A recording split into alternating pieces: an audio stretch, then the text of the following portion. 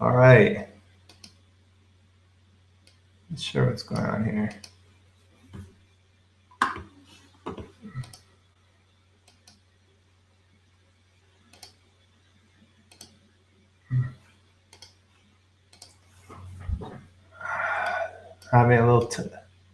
Having some technical difficulties. Sorry.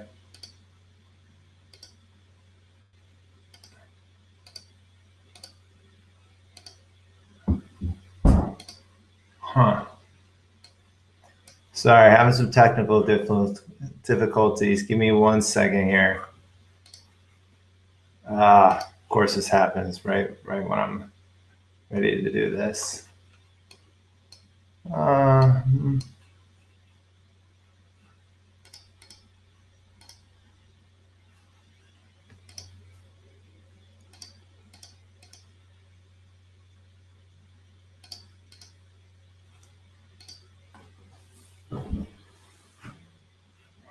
Bear with me. Sorry. It's not working for some reason.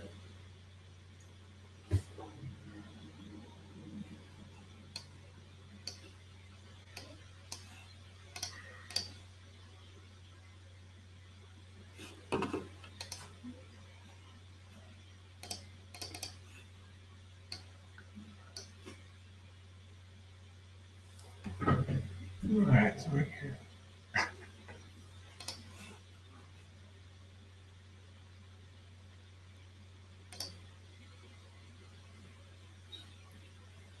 This is a disaster. Just kidding. I don't know why this is not working. All right, I might just go ahead. Let's see, one last try. Okay. Hopefully everyone, I think we've got through our technical difficulties. So let's kick things off. Ladies and gentlemen, Federalists and anti-federalists, monopolists and anti-monopolists, and everyone in the Capital Forum community. From DC to New York to London to Brussels to Hong Kong. Welcome to our broadcast of the FTC's November Open Meeting. I'm Teddy Downey, Executive Editor here at the Capital Forum, student of all things antitrust, coming to you live from the War Room at Capital Forum headquarters, where we oversee our global empire of investigative journalists and legal geniuses, and where we don't just produce high-impact journalism, we produce the highest impact journalism for our antitrust community, which includes people like you, decision makers at the FTC, DOJ, and state AGs, as well as big shots at law firms and corporations. Today on the stream, we're going with some high energy music from Harris Heller. Check him out at streambeats.com.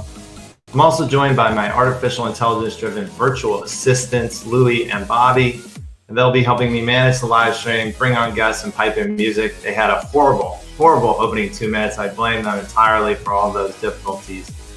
But I'm super excited about the show today. We're going to start, we've got a little bit of bad news in that our friend Tushar Sheth is not going to be able to join us, but in his place, we're bringing on Nate Soderstrom, co-head of the antitrust team here at the Capital Forum. So it's always tough to replace a legend like Tushar, but we found a way to upgrade for today's stream. After we chat with Nate, we're going to bring on 2 very special guests. First, we'll have Brianna Dickey, founder of Crop Connects and an expert on agriculture supply chains. Then after that, we're going to bring on the one and only Dave Dan, author of the book Monopolize and executive editor at the American Prospect. Today, we're primarily going to be talking about supply chain fragility and criminal antitrust enforcement, the 2 topics the FTC is going to discuss at 1 p.m. But before I bring on Nate, just want to welcome you to the Capital Forum community. Thank you for sharing your time with us. You got through that first 2 minutes. You could be out at lunch, you could be working on something else, you could be doing a lot of things, but you chose to be here with us for our first live stream of the FTC Open Meeting, and I'm super excited to have you here. For those of you new to the community, we love to learn about monopolies and antitrust, and we have a lot of fun doing it. And I don't know about everyone else out there, but you don't often hear fun and antitrust in the same sentence, but we're going to be getting a lot of both to you in this live stream. And now, speaking of fun, Louie, go ahead and bring on our good friend Nate Soderstrom, and let's try to actually get it to work this time. and not bumble it around. All right, let's see. Here we go. Nate, Hey. can you hear me? I can. You're loud and clear. Can you hear me? That was it was really dicey at the start there. Of course, the sound wasn't working, but It was. I'm glad we got through it. I thought it was ultimately a high energy intro, and I thought you did nail it once we again overcame the technical difficulties. So Nate, I want to let's pull up the Capital Forum library, because I want to talk about one of your recent articles here. Okay, can I do this? Louis? All right, here we go. Is this a good view? I mean, we have other views here. How about this? I'll do this. All right, well, we have our. So tell us about your article, your most recent article. I'm going to pull it up. I'm showing the Capital Forum library, technologically advanced here. I believe it's a platform, Teddy. Yeah, sorry, the platform. Sorry, Capital Forum platform, brought to you by the one and only Matt Probus. Can you walk us through this article, your most recent piece on deal makers' worst fears being avoided on this prior approval at FTC? Yeah. So look, obviously we're heading into an FTC Open Meeting, and the FTC, I think during the Biden administration, especially since Lina Khan has become chair, has done various things that people see as discouraging deal making or making it tougher to get deals done, accurately, right? Like a lot of these policies, whether it's early termination on HSR, withdrawing the vertical merger guidelines, certainly created some level of uncertainty. I think by far the biggest policy change, the most concrete, at least over the past few months, is this prior approval policy statement. Commission formally voted it out, or I guess issued it on October 25th. That was a 3-2 vote with the Democrats in favor. The Republicans opposed. Basically, the big idea here is if you do a merger that requires a consent order, the commission in that consent order is going to require you to agree to prior commission approval for deals you might want to do for the subsequent 10 years. That restriction will also apply to divestiture buyers. You buy an asset through a consent order. The commission is going to say for the next decade, you need prior commission approval to subsequently sell this asset. So I think people saw it as a significant deterrent to deals in the first instance, a significant tax on deal making. Again, hey, I might want to do this deal, but if I just have some marginal overlap, I agree to divest it. The commission's maybe going to have veto power over my next decade of M&A strategy. That's not something people want to enter into willingly necessarily. So look, we had the October 25th policy statement. We subsequently had 3 consent orders. And I should mention, these are the only 3 consent orders the FTC under Lina Khan has voted out. We didn't have any between June and October, or at least that Lina voted on. So we now are getting to see what this policy, prior approval policy looks like in practice. In practice, it has not been quite as onerous as I think some of the folks in the defense bar feared, for a few reasons. First is the scope of prior approval. So in the policy statement, what the commission said is, look, in some cases, we're going to require you to seek prior approval for acquisitions in markets that are broader than the markets that were issuing the underlying complaint, the underlying deal that kind of triggered the consent order in the first instance. That has actually borne out a bit in practice. So we had this DaVita Total Renal Care consent order, October 25th. The deal harm competition in the Provo, Utah market for dialysis services, but DaVita, through this consent order, needs prior commission approval for any acquisition of a dialysis clinic in the entire state of Utah. So it's broader. We had a generic drug deal, ANI Novitium. There were 2 drugs at issue in that consent order. ANI needs prior approval for 3 potential categories of drug acquisitions going forward. Grocery store merger, Price Chopper Tops, that was November 9th. Deal harm competition in I think 11 towns in upstate New York and Vermont. The merged entity needs prior commission approval for acquisitions in those counties, not just those towns. Point is, the scope of those are a bit broader than, again, in the underlying complaint. but they're not incredibly broad, right? Like there was a concern that the commission through this policy statement was going to say, look, if you do a generic drug deal, it harms competition in one market. We want prior approval for any generic drug acquisition. That hasn't been the case, right? DaVita, they don't need prior commission approval for any acquisition in the United States when it comes to dialysis services. It's just in Utah. So look, it's broader. And again, it's for people trying to get deals done. It's a potential problem. It's something certainly that people don't like. But again, it's not incredibly broad. So I think people see some reasons for optimism there. I think the more important development is these restrictions on divestiture buyers.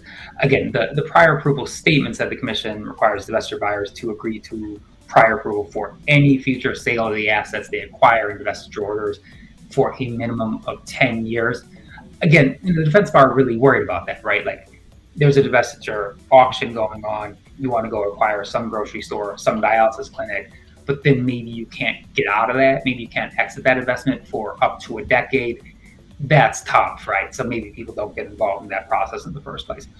What the commission's done in practice, so 2 of the 3 consent orders do have this restriction on divestiture buyers. The third does not.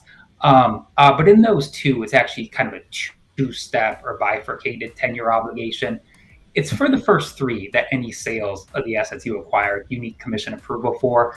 For the subsequent 7, it's only for sales to direct competitors. So again, the policy statement says 10 years. What it is 3 years plus 7 years. So slightly less onerous than the defense bar had feared. There's also the scope of the assets. So again, in the generic deal, the divestiture buyer is buying 11 categories of assets. It's not just the FDA authorizations, it's also product, equipment, inventory, etc.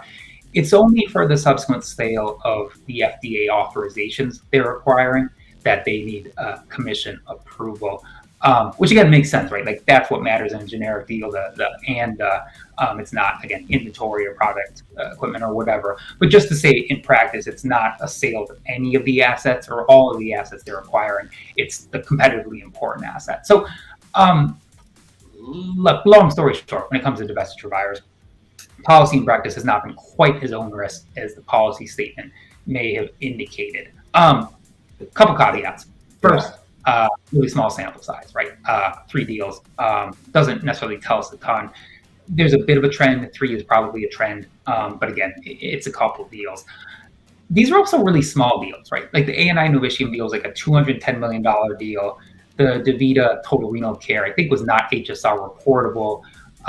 And the grocery store deal, we don't know what the consideration was, but presumably was not a massive deal. So we're seeing some of these consents come out in small deals. People, the defense bar deal makers do not like prior approval. It is a tax on deal making. That much is clear.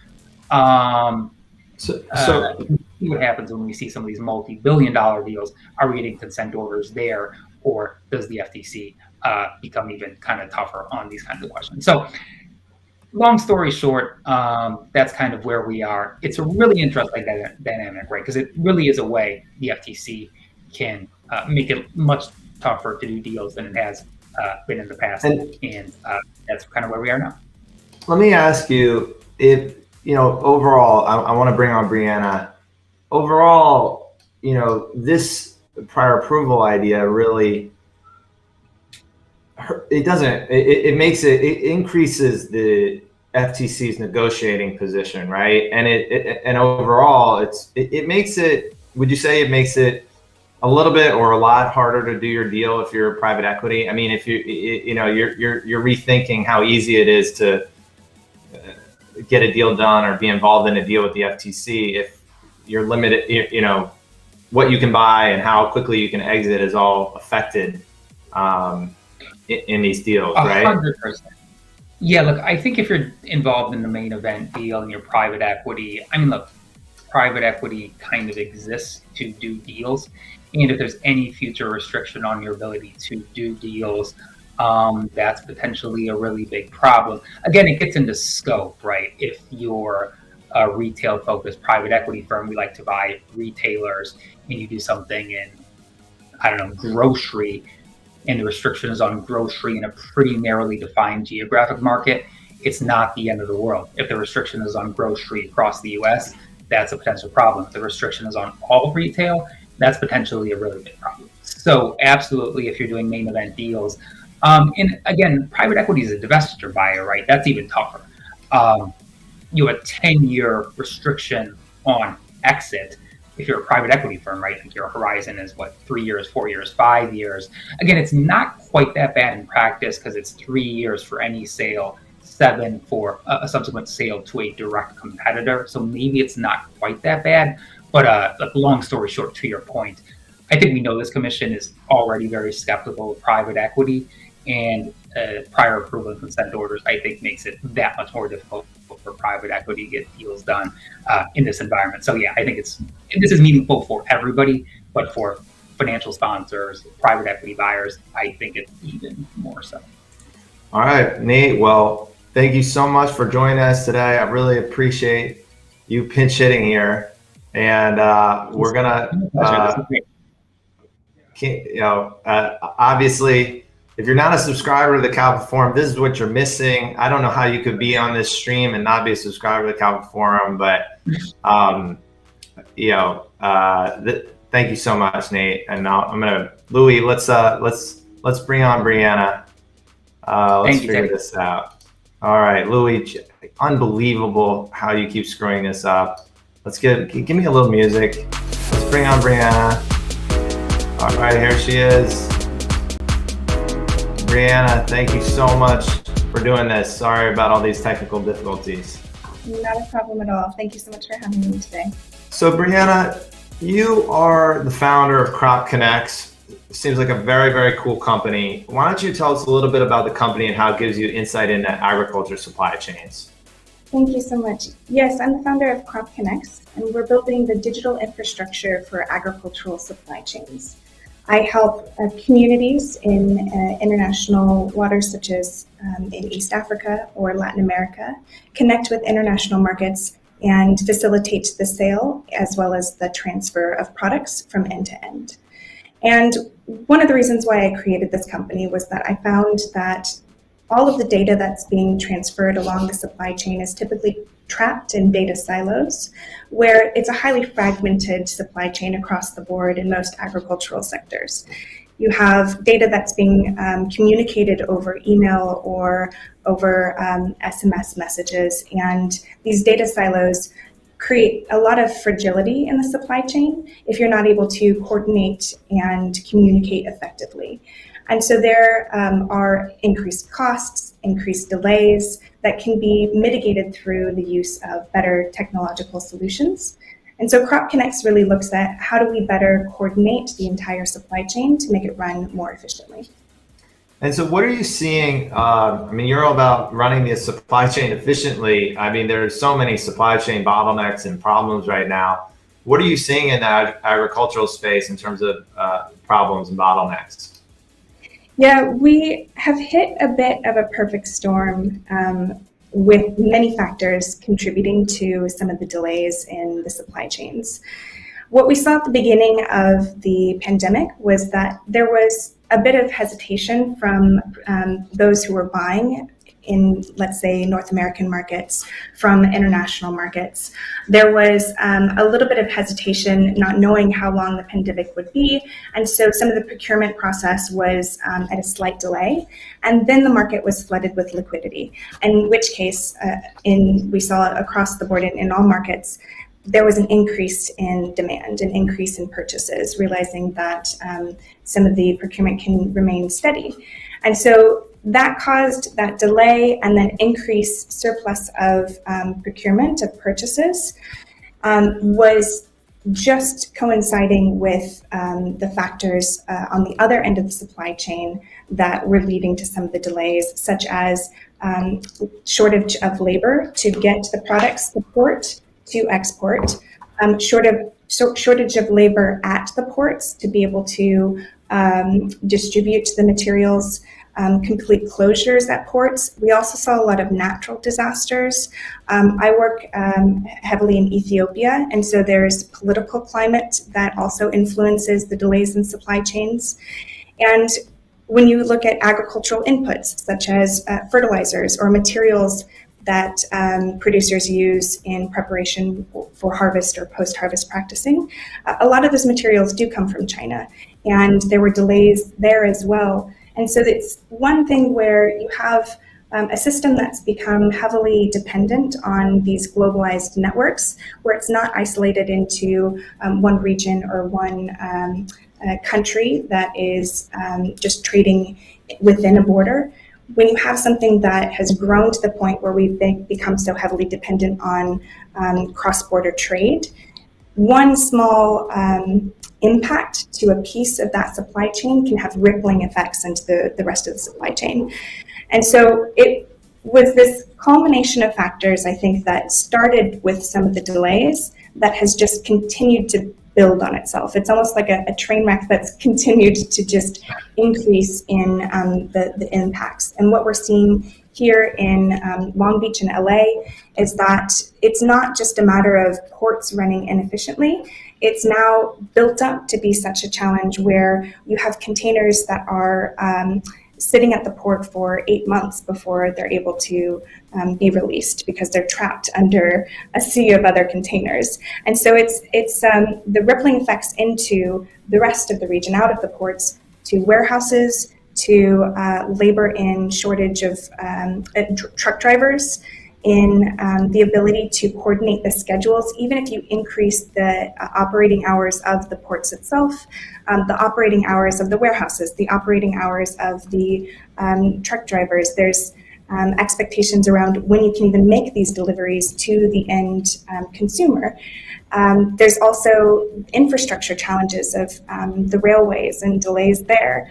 And so it's a challenge that I think sadly is not going to be resolved soon, that will require multiple strategies around better coordinating and communicating the flow of trade in a way that connects people to be able to work together. I think a lot of the systems, it goes back to data silos that we're seeing is the booking systems that are being used at the ports or by the trucking systems are just outdated and antiquated. So we really do need an entire digitization strategy across the entire supply chain from end to end.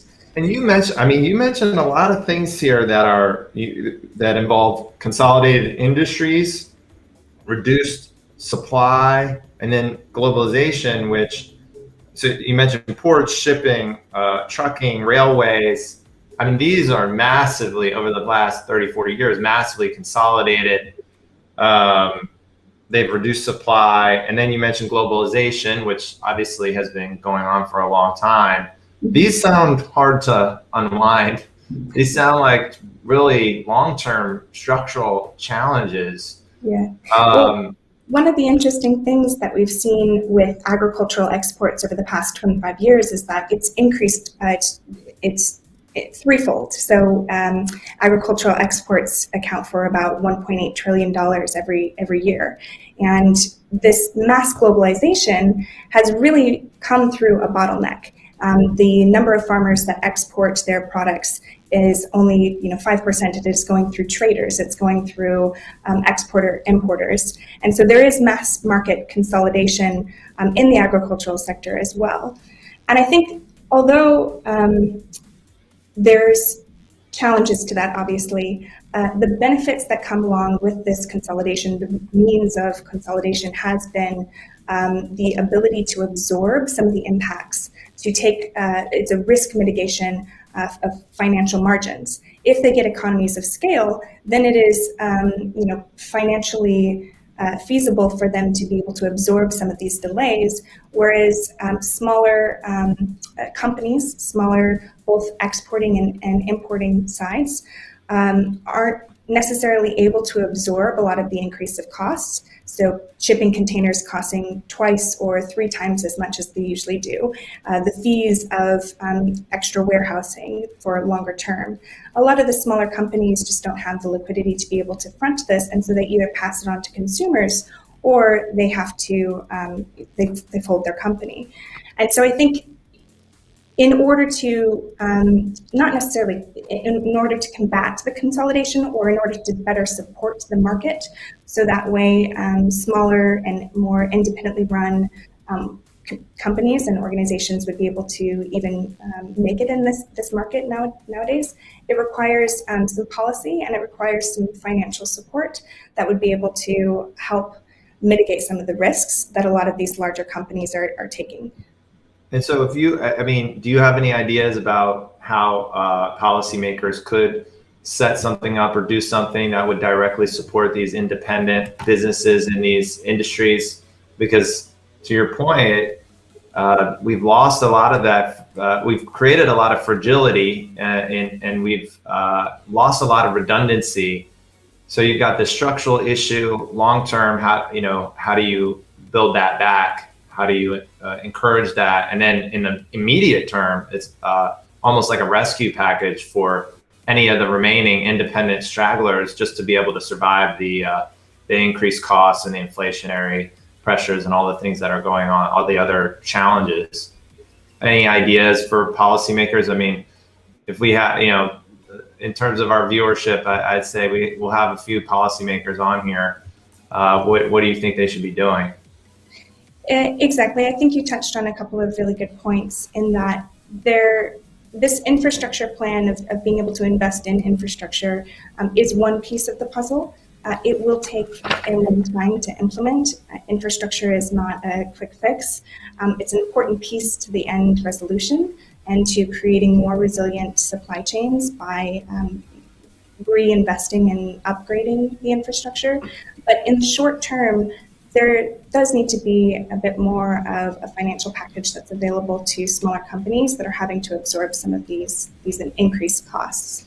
I think there also should be support in finding solutions that help create better coordination and communication across smaller companies. So, for example, a company such as Flexport, which helps provide services that allow multiple smaller companies to consolidate their supplies into a shipping container. So that way, smaller companies can still be active players in the market without having to pay for an entire container themselves.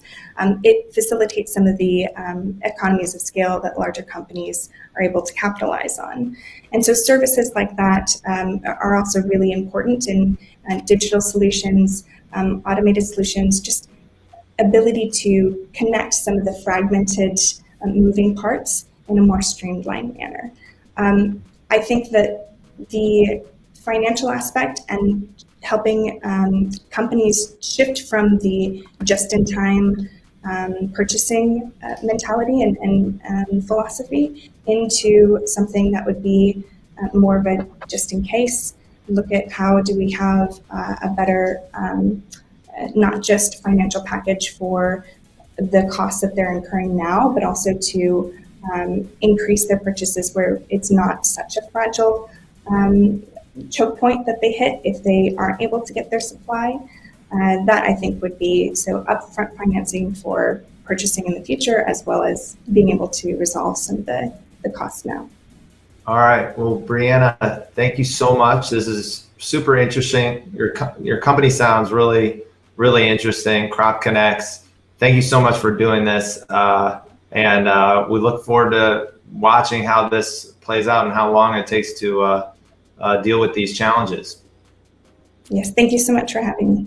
All right, thank you.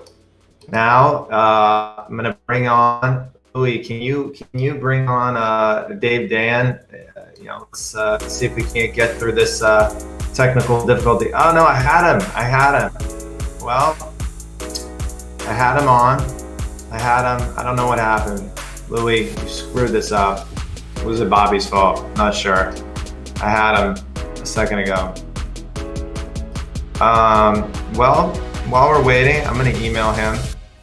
I'm going to message him. He came on. He was in the waiting room.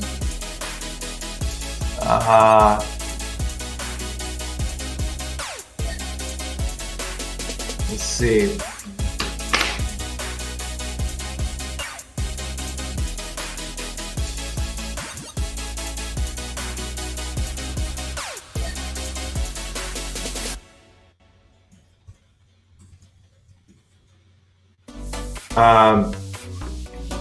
So you know what? I'm gonna just. Oh, here we go.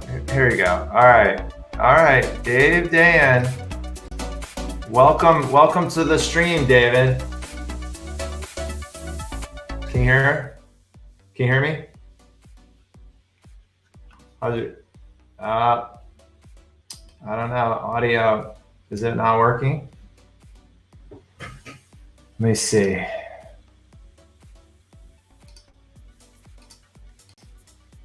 David? No? You're technically on the stream. Well, that's interesting. But so we're dealing with some technical difficulties. I don't know if that's on our end or David's end. I'm seeing him in the waiting room. All right, here we go. Let's see. Let's try him one more time. David, can you hear me? I don't know what's going on.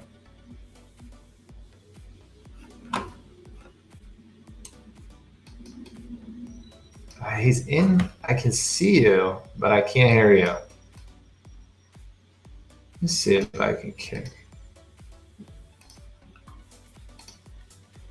All right. Let's see what's going on. All right, well, David's having some, let's try one more time. We're gonna keep trying. I can see you, I just can't hear you. All right.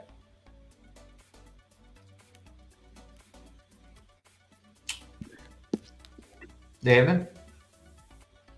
No. All right, well, if we get David, I'm just gonna start, I've got a few things we can chat about. We got you know what? We got a question here from the audience. Peter Corbell, Teddy, what is the most controversial merger that could happen right now? This is a really wide-ranging question. I guess if Google tried to buy Facebook, maybe that would be controversial, or the other way around. That'd be pretty controversial. I can't think of anything more controversial than that. I'm not sure how helpful that is, but thank you so much for the question. We love questions. If you have any questions, hit us up in the Google, or hit us up in direct messages, hit us up on email, tdowney@thecapitalforum.com. I mean, we're willing to take questions. So if you have anything, let me know.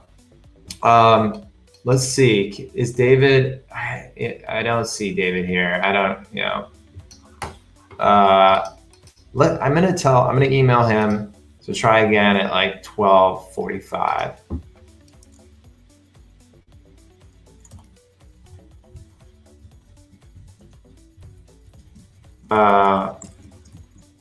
And let's just talk FTC, let's talk mergers, let's talk whatever. If you have questions, let me know. Keep them coming. I'm going to ask him to try to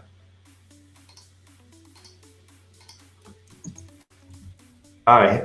I'm going to try him. Let's see if it's, maybe he had to reset his router. Let's see if we can get him. David, I can hear you. I could hear you for a second. I could hear you for 1 second.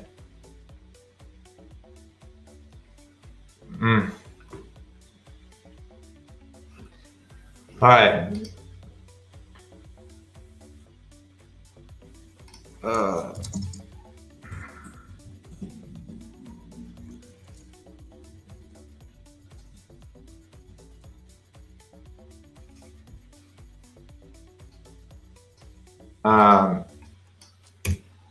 Well, let's talk. I mean, I've got a couple of things we can go through. We can talk about, one thing we didn't get to in the conversation with Nate was some of the other articles that we have here at the Capital Forum. All right, you know what? Yeah, that's a good idea. I'm gonna have Dave Dan come in over audio, and I'm just gonna put him on speaker, and we'll have a conversation that way. Yeah, let's do that. Let's do that. Let's do that.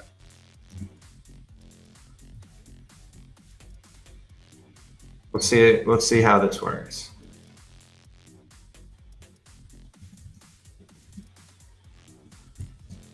All right, let's bring out we're listen, Louis, I don't want to blame Louis or Bobby because I think maybe the app requires too much from David's internet. So we're gonna have him call in and we're gonna try to have a conversation that way because he's got a lot to give us to preview this. Until we get him on, I was gonna talk about this other article that we had, which kind of broke some news earlier today. Love this platform. Gosh, it's so fast, lightning fast. Okay. So this is in the news. I mean, maybe this will come up. These zombie votes. Maybe this creates a little tension. Today at the meeting, to the extent everyone shows up. But I think I just want to talk about this really briefly. Before Commissioner Chopra left the FTC for the CFPB, he issued 21 votes, registered 21 votes, or he voted on 21 matters before he left for the CFPB. And the Republicans called them zombie votes, and then some people in the antitrust community thought it was unprecedented. They thought, these are going to be legally vulnerable. And so what did we do over here at the Capitol Forum? Well, we wanted to dig more into it. We wanted to see, was there any precedent for this? And had a really good time writing this article, found out there is precedent. We have Jim Miller, FTC Chairman Jim Miller from the 80s. Before he became head of OMB, he I'm trying. I don't know if David's going to call in, but before he became head of the OMB, he voted on 11 matters that were registered only after he left. So these zombie votes there is some precedent there. And actually, one of the really interesting things about this writing this article is I actually got to talk to Jim Miller for a few minutes. He didn't really remember anything controversial like this going on. He did say he wanted to wrap up his tenure. He wanted to wrap up and tie a bow on everything that he accomplished while he was at the FTC before he left. And probably the most interesting thing were the parallels between Jim Miller's time at the FTC. All right, well, here we go. Which, if you're a Capitol Forum, so we got David here. Let's see if we can't bring him on. David. Yes. Put me on speaker. I put you on speaker, and we're just gonna do it this way. Let's see. Well, now I have something on the agenda of this FTC meeting to look at Frontier, the worst internet service in the world. Which is a monopoly in this area. It's interesting you say that because we looked into. Let me turn down the music. I think let's turn down the music here. We gotta focus. Yeah. Sorry. I wonder if this is gonna work because I guess. Oh, I'll mute myself on your line. Okay. That way we won't have feedback. All right. Give me 1 second. Oh no. But then you can't hear me. Wait, do you have the app up? No. Even if I have the app up, it freezes. Got it. The second then I start it. Okay. Well, let's just try this. Hopefully it won't give us too much feedback. So yeah, Frontier, we looked into Frontier. Not only are they a monopoly out there, but they get a ton of FCC money to build out internet and improve internet for people. Well, this is true of all of the majors, and it's a real failing of the bipartisan infrastructure bill. The initial announcement that Biden made way back in his initial plan was that priority would be given to co-ops and municipal broadband to create competition in areas that would spur build out throughout the country. There's a $65 billion broadband investment in the bipartisan bill. However, in the final language, no priority is given to any type of broadband provider. And this is likely to lead to a circumstance where the large incumbents will get the money, just as they've been getting tens of billions of dollars all over the last decade, without building out in the areas that broadband is sorely needed, and more important, the areas where competition is sorely needed. What constitutes broadband speed in the bill is extremely low, like 3 megabits per second upload. So it's another example of how these things sound good on paper, but we're moving toward if the states grant the same incumbents the same money to do the same build out that they failed at over and over and over again, we're not going to get anything out of this broadband investment. Well, I want to get to before we get into any more like detailed in-depth combos, I want to ask you really quickly about the American Prospect and how I want you to talk a little bit about how it's evolved, how it's changed, and especially how much influence it's gotten. Because I live in DC. I talk to people in DC. A lot of people are bringing up your articles. A lot of people are talking about your articles. You got a piece in the New York Times op-ed section recently on Build Back Better. I mean, clearly this has become a really influential newspaper. Well, we really appreciate that. And, all we're trying to do is fill value where we think it needs to be filled in the progressive space. And that is on things that really matter, the real important parts of production, how Congress really works, the influence of special interests and political actors, and these types of things that really is a power analysis of what's happening both in our politics and in our economy. And I feel like that was a niche that you don't see everywhere else. For example, and I know we're going to be talking about this, our next issue, not the one that's about to come out, which has some great stuff in it, but the issue after that for January and February, we're going to be devoting entirely to supply chain and how policies over the last 40 years created the conditions of hidden risk that was sort of sitting there waiting for a moment like the pandemic to foul up our supply chains, methods of production, methods of logistics. And it was all very predictable, very foreseen.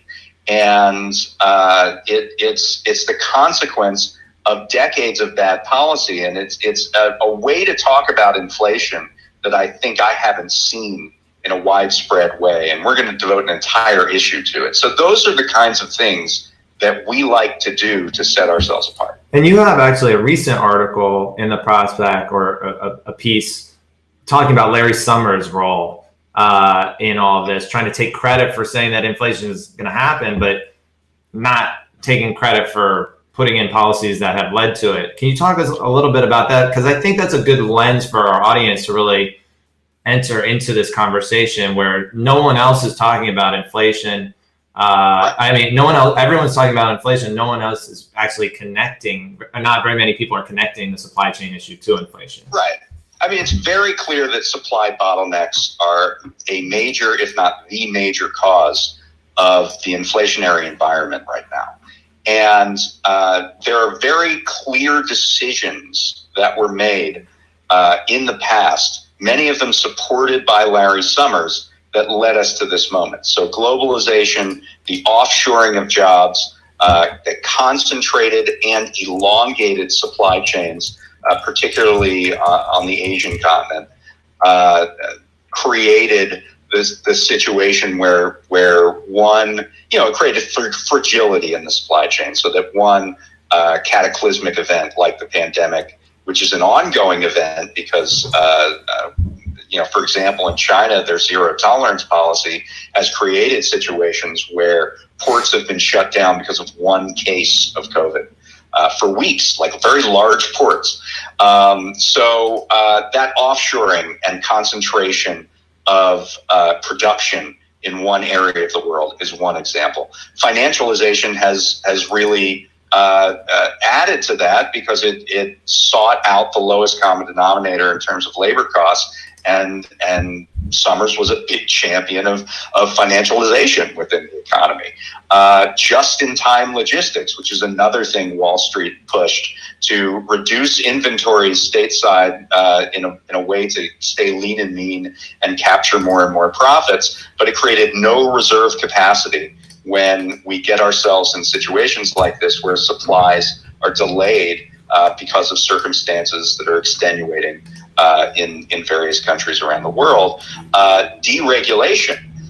This a bit predates Summers, but he was certainly on board with it. Things like deregulation in trucking markets or in deregulation in freight rail, as well as consolidation of those industries, created the conditions for trucking to be really, for example, a terrible job that it actually costs a trucker money to wait at the port for hours and hours waiting for a load.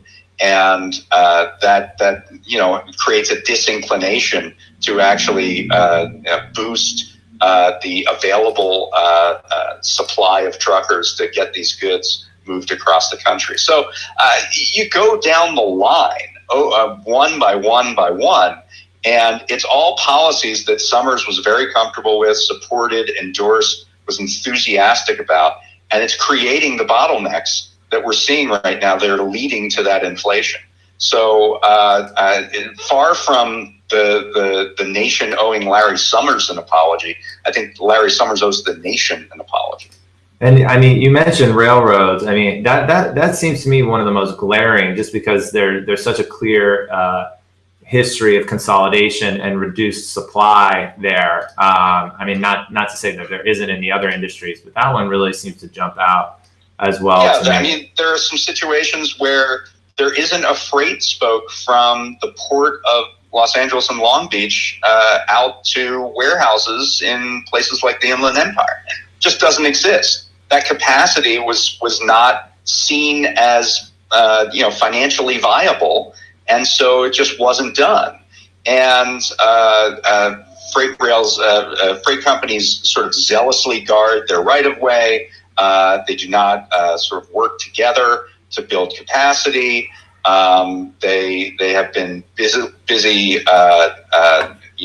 streamlining their supply into only what is profitable, and acting in their own interest rather than the public interest, especially at this time when we need more capacity than ever. So it's just a classic example.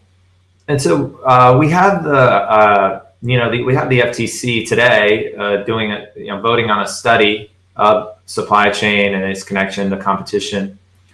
Do you think the FTC is going to end up being an important player in making this connection for other people in the Biden administration and the public generally? I mean, I certainly hope so. And they can attack it from a variety of angles. It's not only some of the things that I mentioned, but it's also what the Biden administration asked the FTC to look at just yesterday, involving speculation and anti-consumer behavior in oil and gas markets.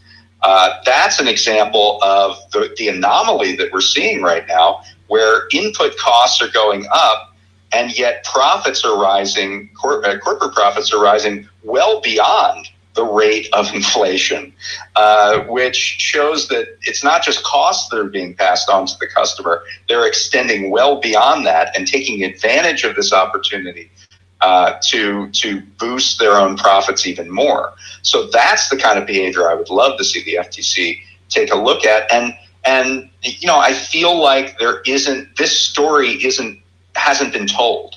the story isn't out there, and I think people in the administration, defenders of the administration, don't have a language for what's actually happening in the economy right now. And they're sort of ceding the ground to whether it's people like Summers who are talking about inflation as a cause of runaway spending, or just the fear mongering that we see on the right. The real issues here kind of aren't being expressed because there isn't really a story that has been driven about those. I think it's sorely needed to really make it clear to the American people that what is actually happening and who are the forces behind it. Yeah, and I want to before the stream starts. I really like the gas price thing because I think it shows a big shift in how the FTC operates. I remember this coming up every time gas prices would go up. Someone would say something to the FTC. Typically, it would come from Congress, and the FTC would basically say something like, "Markets are efficient. We don't do that here." Right. And this FTC is.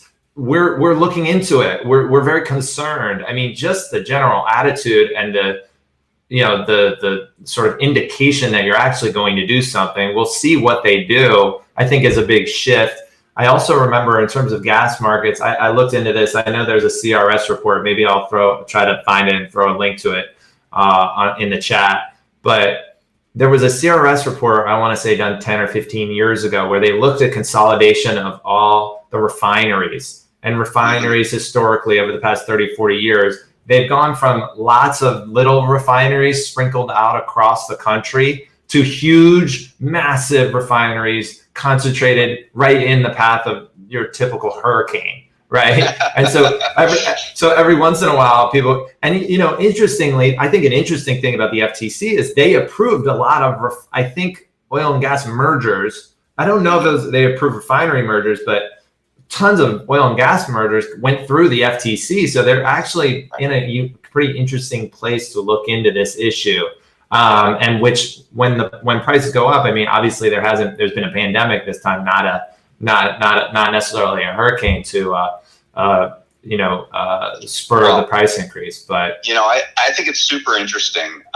Here in California, we see what is always known as the summer spike, because the main refinery that services markets in California does maintenance in the summer, and there's always an increase in gas prices at that time. And the psychology of gas prices. This is literally a price that's posted every 1,000 yards practically when you're out in the world. It's like a visual approximation of inflation. And as we know, energy prices are the largest driver right now of inflation. If you look at it relative to food costs or consumables, energy prices are way up there. So really getting a handle on what's happening in energy markets is a large function of getting a handle on what's happening with inflation more generally. And there's an interesting history here. It's sort of outside the CFT. It's outside the FTC, but it's something I think they can act upon.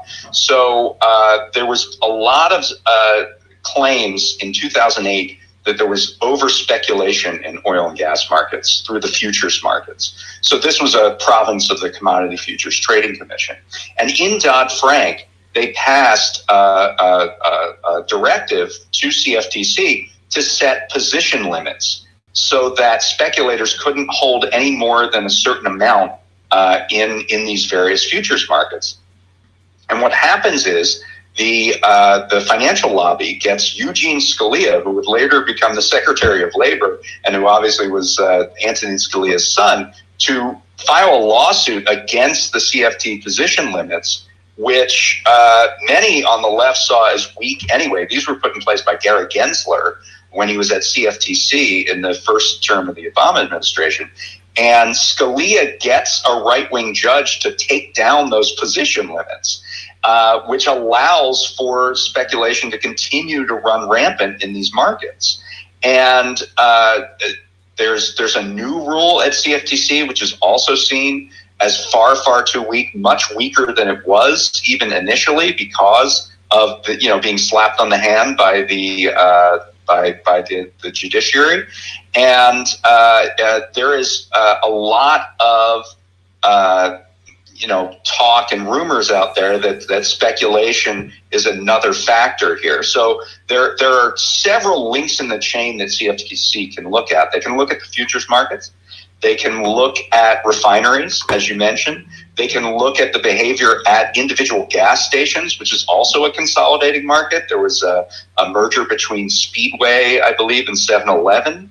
And there are other various consolidations in sort of the individual gas station industry.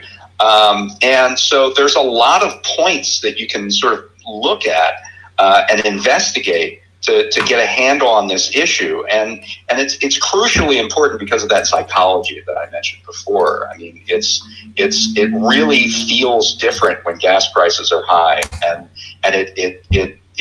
it manifests in people's thoughts about the economy.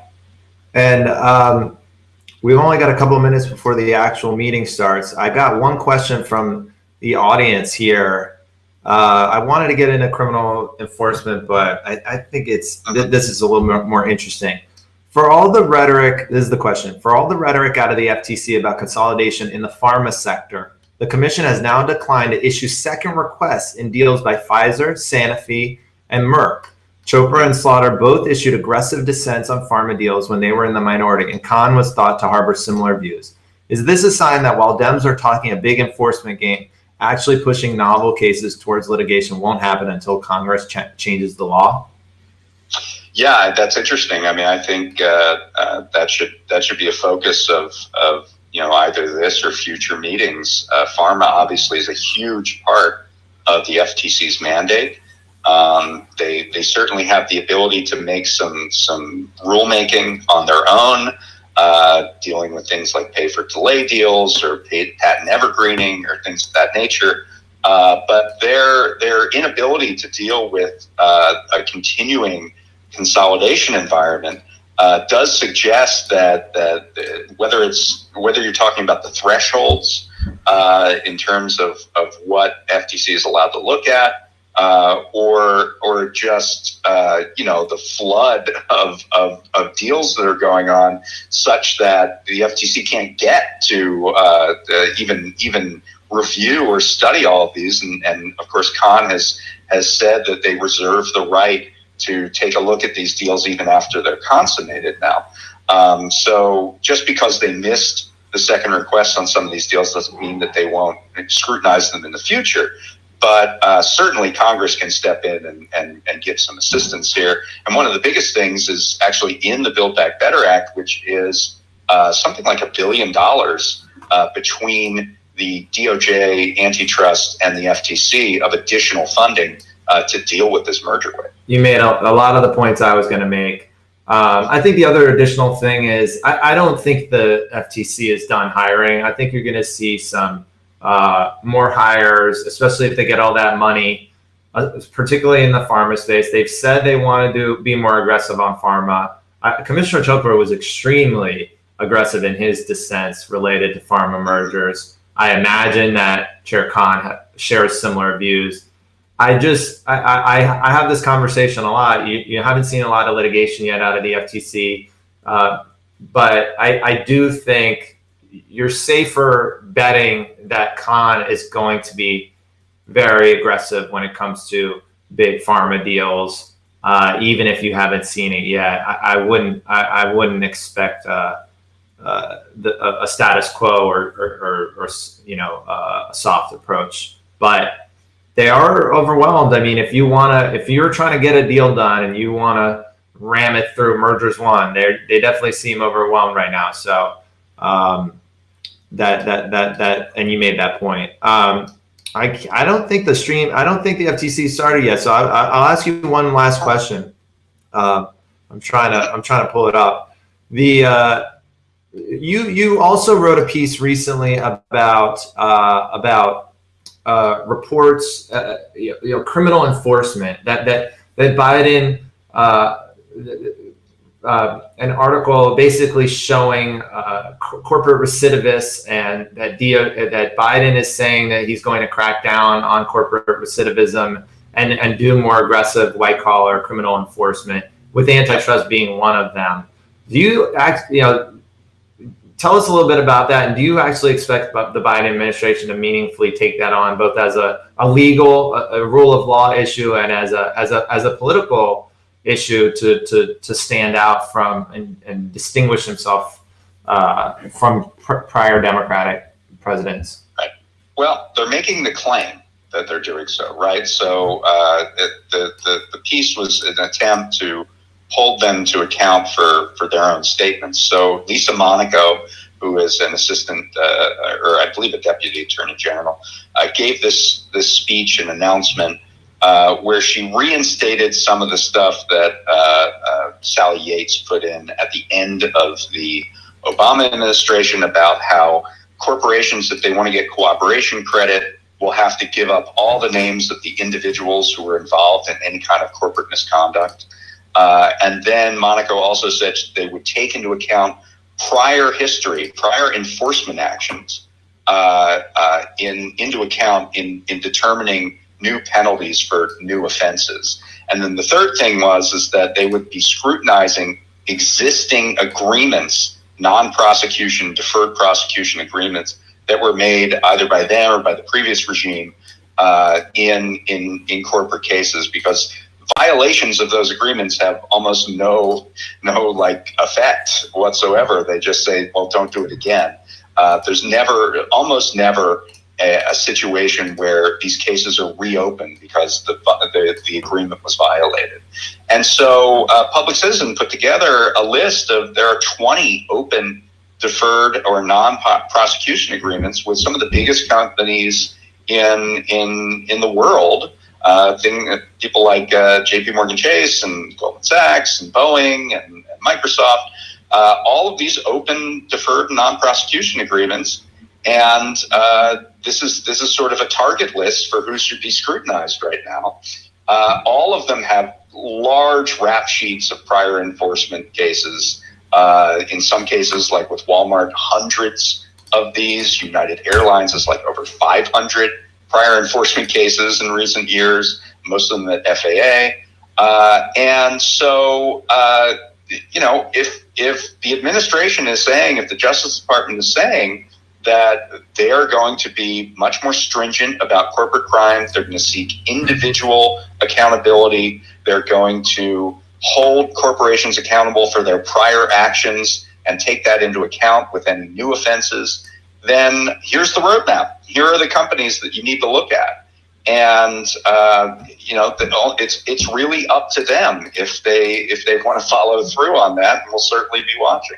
Well, David, I think the meeting started. I'm having some technical difficulties bringing it up, but sorry for the low tech version of this. It's thank always you very much, and thanks for all the work that the Capitol Forum is doing as well. It's really great. All right. Well, thanks so much, David. Talk to you soon. Bye. All right. Let's get this stream going. I don't know what's going on. Available in whole or in part of the public record in accordance with the Commission's rules. Today, each member of the public will be given 2 minutes to address the Commission. Our first speaker is Gary Redner. Gary? Good afternoon. My name is Gary Redner. So it looks like they're going with the public comments first. My favorite thing to do is actually to watch these and look at the commissioners' faces when they're talking, but unfortunately it doesn't look like they're allowing us to do that. So let's just listen in. Those players are using their market power to put us at a disadvantage. Stores like ours can compete. We do compete, but we need to have a level playing field. A lot of people rely on Redner's. We offer fresh meats, dairy, produce, baked goods, and other perishable items, and source as much as we can ourselves. We buy the balance from our partner wholesaler. Recently, the biggest chains have tightened the screws on grocery suppliers by making unreasonable demands during a supply chain crisis with surging food price inflation. That leaves us and our customers without key products, and we pay more. In some cases, we've seen less than 50% of our total orders actually delivered, and occasionally we receive nothing at all. Meanwhile, Walmart announced Tuesday that they anticipate fully stocked shelves through the holidays. When we visit the national chain, we see huge displays of products we are unable to source. I've seen this happen with foods from hot dogs and bacon to popular kids' lunch meals and drink products.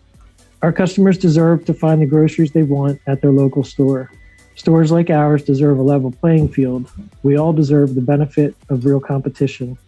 I appreciate your attention towards fair business practices in grocery, and we urge you to move forward with the 6B study that you're considering today.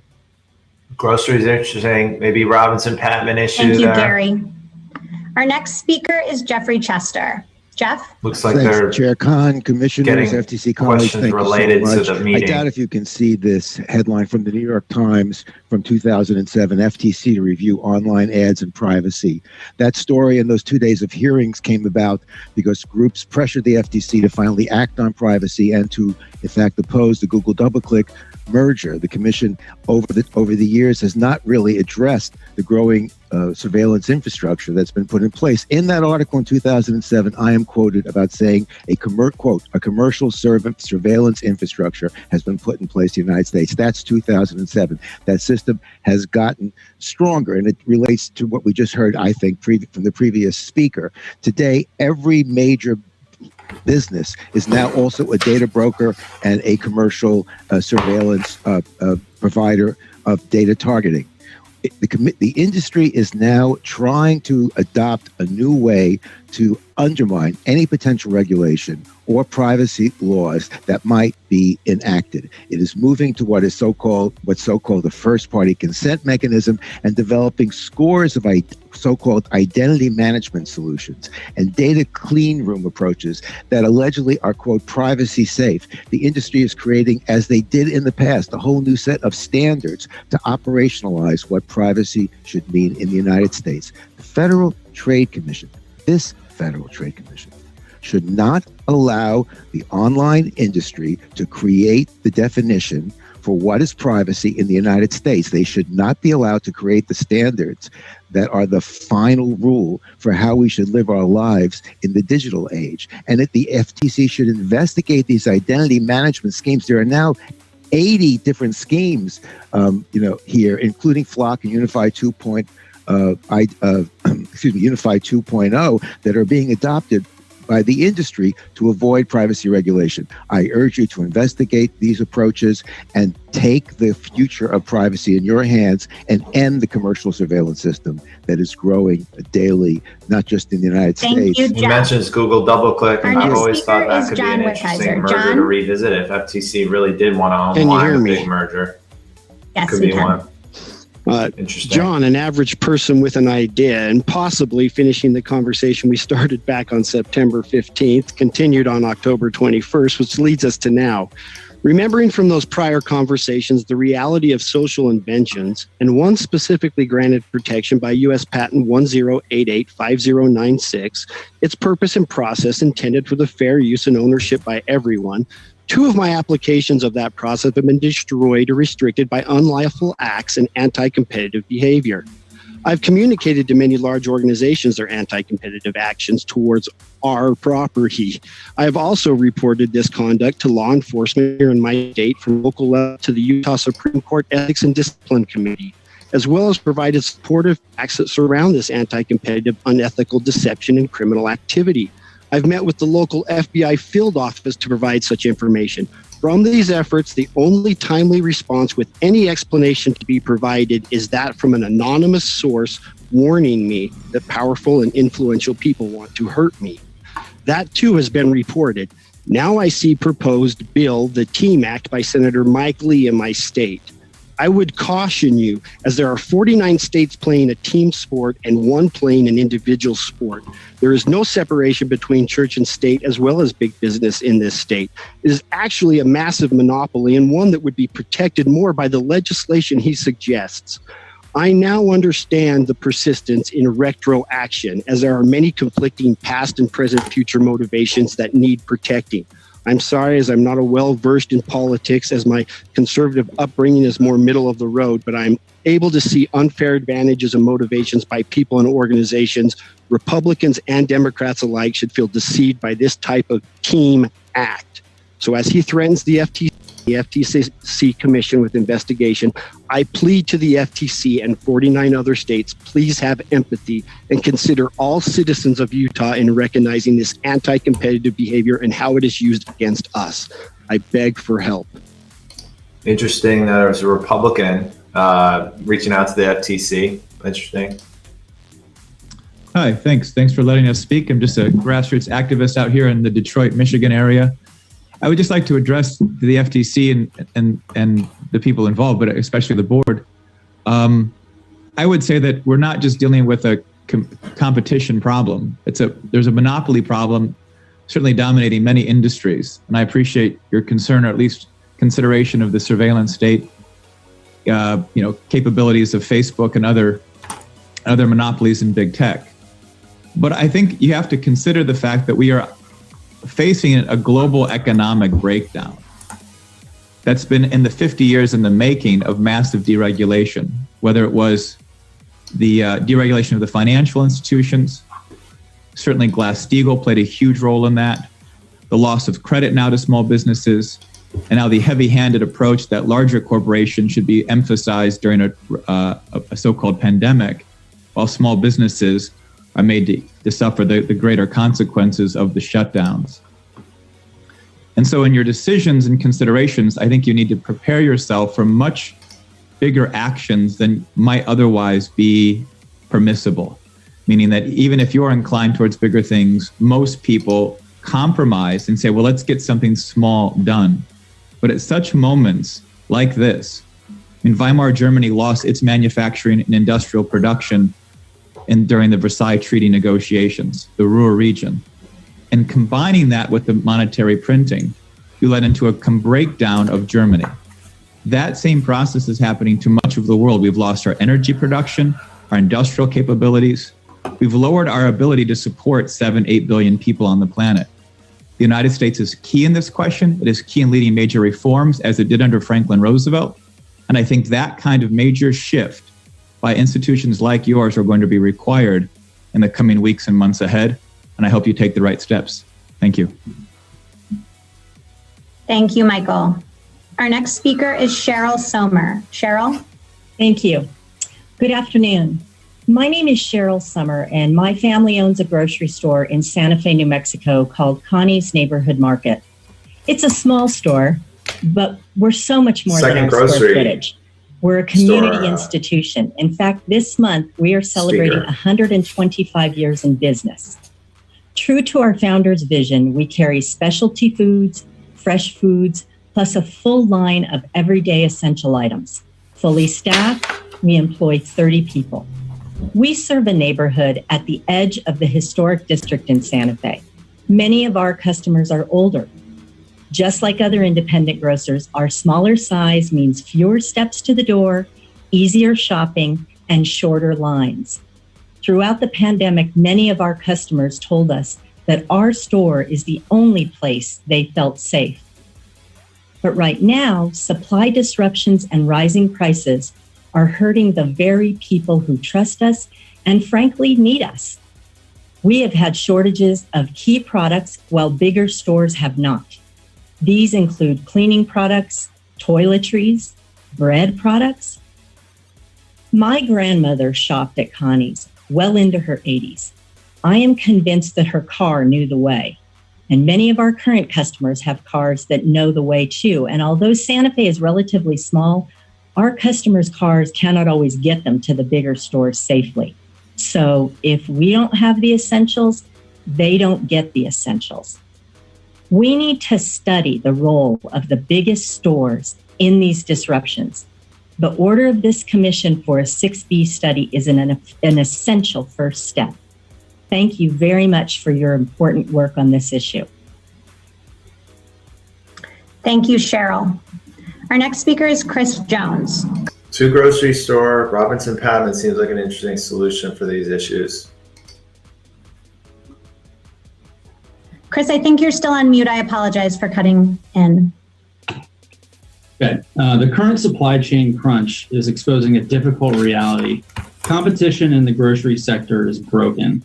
Dominant power buyers have been allowed to abuse their market power to secure advantages for themselves Groceries again. and competitors. On Tuesday, the largest retailer in the world announced it expects full shelves and minimal inflation through the holidays.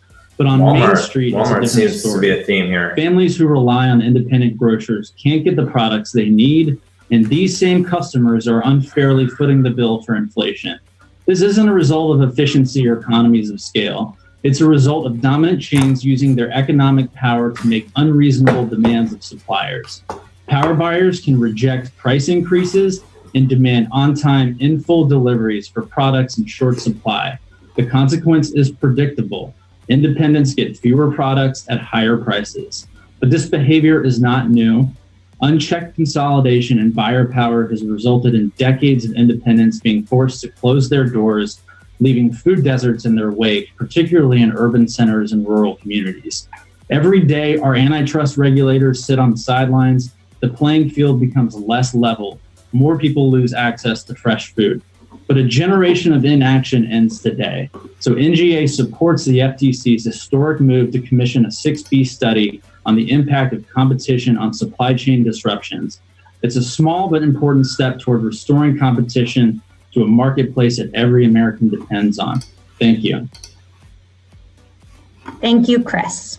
Our next speaker is Doug Cantor. Doug? Thanks. Yeah, my name's Doug Cantor. I'm General Counsel of the National Association of Convenience Stores. I appreciate all of you hearing from us today. I just wanted to briefly voice our support for the proposed 6B study. From our perspective, look, there's a lot that's going on with supply chains and supply chain disruption. A lot of this is, unfortunately, difficulties of getting back to normal, both in the markets and in society after going through a pandemic. But one thing I would emphasize is that there is a set of channel discrimination that major manufacturers and major suppliers go through and apply to the retail industry. And some of that you heard from the grocers on the call today. What we see is the following. One, that these major manufacturers and suppliers, and the biggest place we see this is in non-alcoholic beverages, soft drinks and other beverages, sports drinks, you name it, where we've had major supply disruptions this year. They charge certain type of retailers more and certain type of retailers less. That's not so much a supply chain problem, maybe a Robinson-Patman Act problem. There it is. But what happens on the supply chain front is they also refuse to sell certain sizes of product to some channels while still selling those sizes of products to other channels, even just different sizes of soft drinks. That causes a problem with fungibility of product across the economy. And when you then have supply chain disruptions, you don't have the ability to move product into channels where there may be shortages or away from channels where there may actually be surpluses of those products. And it exacerbates some of the normal market problems that are already there. So we do hope that you'll study this issue and urge you to jump into it. Thank you. Our next speaker is Keith Miller. Keith? Thank you. Keith Miller, Franchisee Advocacy Consulting. Last month, myself and attorneys on behalf of the 7-Eleven Franchisee Association filed a petition asking the FTC to do a 6B study into the franchise industry. In the petition, 9 brands were listed to be included. Since that petition was filed, I've received many calls. Not one has argued against the brands listed that should be excluded, instead asking why their brand wasn't included. More important than the brands chosen are the questions to be asked on the critical topics. Some are within the current franchise rule or pre-sale disclosure period. Most are after the signing of the franchise agreement or the relationship period. While disclosure is up front, transparency needs to be ongoing. Let's remember that the franchisee is the primary investor in most brands, but unlike many business investment relationships, they are not shareholders, therefore aren't afforded many of the protections that investors would typically benefit from. It creates a true power imbalance that is subject to abuse, often leaving the investor or franchisee unprotected. To give just one example of the abuses in today's franchise world is the promise of group purchasing power. Brand standards or so-called proprietary products have become code for sole source suppliers providing large, often undisclosed kickbacks to the franchisor. The cost is paid for by the franchisee and by extension, their employees and the consumers. Detailed questions on this topic and many others are included in the petition for the FTC to better understand the implications. In the end, I ask that you honor the petition and call the 6B for the 6B study into the industry. Do the due diligence required to best understand the franchise industry, which will lead to proper decision-making on good public policy. Franchisee was a big issue for Commissioner Chopra when he was here. Our next speaker is Matt Stoller. Matt. Wow. Thank you. My name is Matt Stoller. I'm the research director for the American Economic Liberties Project, which is a think tank that focuses on the problem of private power. I'd just like to speak out in favor of the 6B study on the relationship between competition and supply chain disruptions. More than half of Americans have experienced a shortage in the last year, from semiconductors to chlorine tablets to ice cream in McDonald's stores. Shortages and inflation have become a core problem and experience in our economy. One important area for investigation is the role of so-called power buyers in these shortages.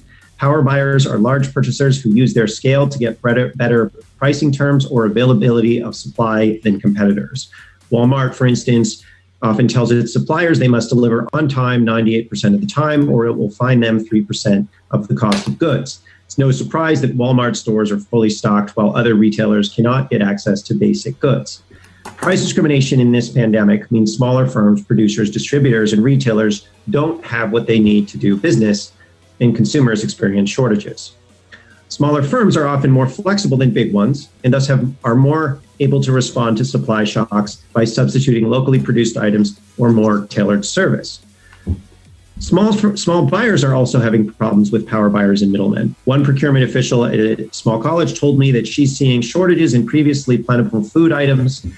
There are foods they can't get, many foods they can't get anymore. We order from Cisco mainly, and we sometimes can't get basic things like spicy chicken breast for sandwiches. We get the same spicy chicken that Wendy's serves, so we presume Wendy's is taking priorities on this. Their long-term effects are more consequential. With consolidation and price discrimination, what can end up happening is that an entire ecosystem of production and retail will collapse, leaving us, American consumers, dependent on a small number of suppliers and middlemen. And yet, despite what is often a serious disadvantage in the marketplace, many small firms are afraid of retaliation if they speak out. I appreciate that the Commission is considering the 6B study and restoring its role as an agency that seeks to protect Americans and businesses. Thank you, Matt. And the inevitable result. Our next speaker is Jerry Ketler. Jerry. Hello, everybody. I'm Jerry Ketler with Neiman Foods. We're based in Illinois. The company is an employee-owned company. We have been in business for over 100 years, and we have over 100 stores. And so we have a certain scale, but we still cannot fight this alone. So that's why I'm here today to talk to you guys. A lot of our stores are very small rural communities that we're serving. And if our stores weren't there, they would become absolute food deserts. The nearest Walmart, for example, or a big box store is probably 35 to 45 minutes away. And as so often is the case in these small rural communities here in the Midwest, the population that's there is a elderly population that just doesn't have the means to get around in the way that some of them would like to, or a low income. So when we're at a competitive disadvantage and we don't have all the products on our shelves, and it became apparent during the pandemic, it really hurt our consumer confidence, because our mission as the company, I'm the president of our foundation, is to provide not only food, and employment in these communities, but also to build the community up as a whole. So we put our money where our mouth is. We provide scholarships for these kids, and these people in these schools are oftentimes the first place that these people are having employment. So I just ask you to really look at this and help us get on a level playing field. It's not just food, it's effectiveness now, it could be bleach, it can be so many different things, ramen noodles, just things that we take for granted is very difficult. So anything that you can do, I'd appreciate. Thank you. Thank you, Jerry. This format Our is next speaker interesting. is Robert Purban. Robert? Get comments first. They used to do it after. Creates a little bit of a different dynamic. Robert Purban, Robert, are you on mute? Might be a little awkward to not support the 6B with all these people suggesting to do it. Sorry, Robert, I have to stop you. I think you're on mute. Hey, I was showing unmuted and can you hear me now? We can hear you, yes. Go ahead. Thank you very much. And thank you for the commission for this opportunity to speak to you. I'm chairman of the American Association of Franchisees and Dealers. We are the oldest and largest direct member association representing thousands of franchise operators throughout the United States. And I want to begin by thanking the commission for taking a hard look at franchising.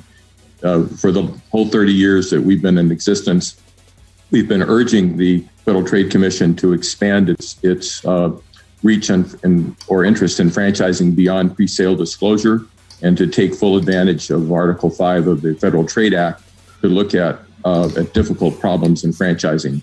In particular, franchisees sign very one-sided franchise agreements that are very difficult for franchisees individually or even in groups to address. And it really will take the effort of the federal government and the Federal Trade Commission to look at inappropriate programs and things that the industry is undertaking, what I call systemic fraud from the industry. And in particular, the FTC's interest in expanding the use of antitrust laws is greatly appreciated.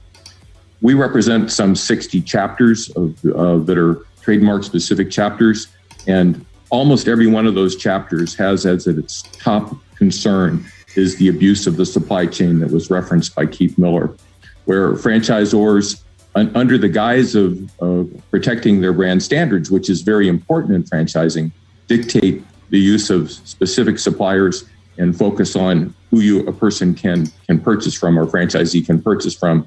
Frequently, instead of delivering the promise of group purchasing, which is a huge part of franchising, actually indenturing folks to buy from a specific source.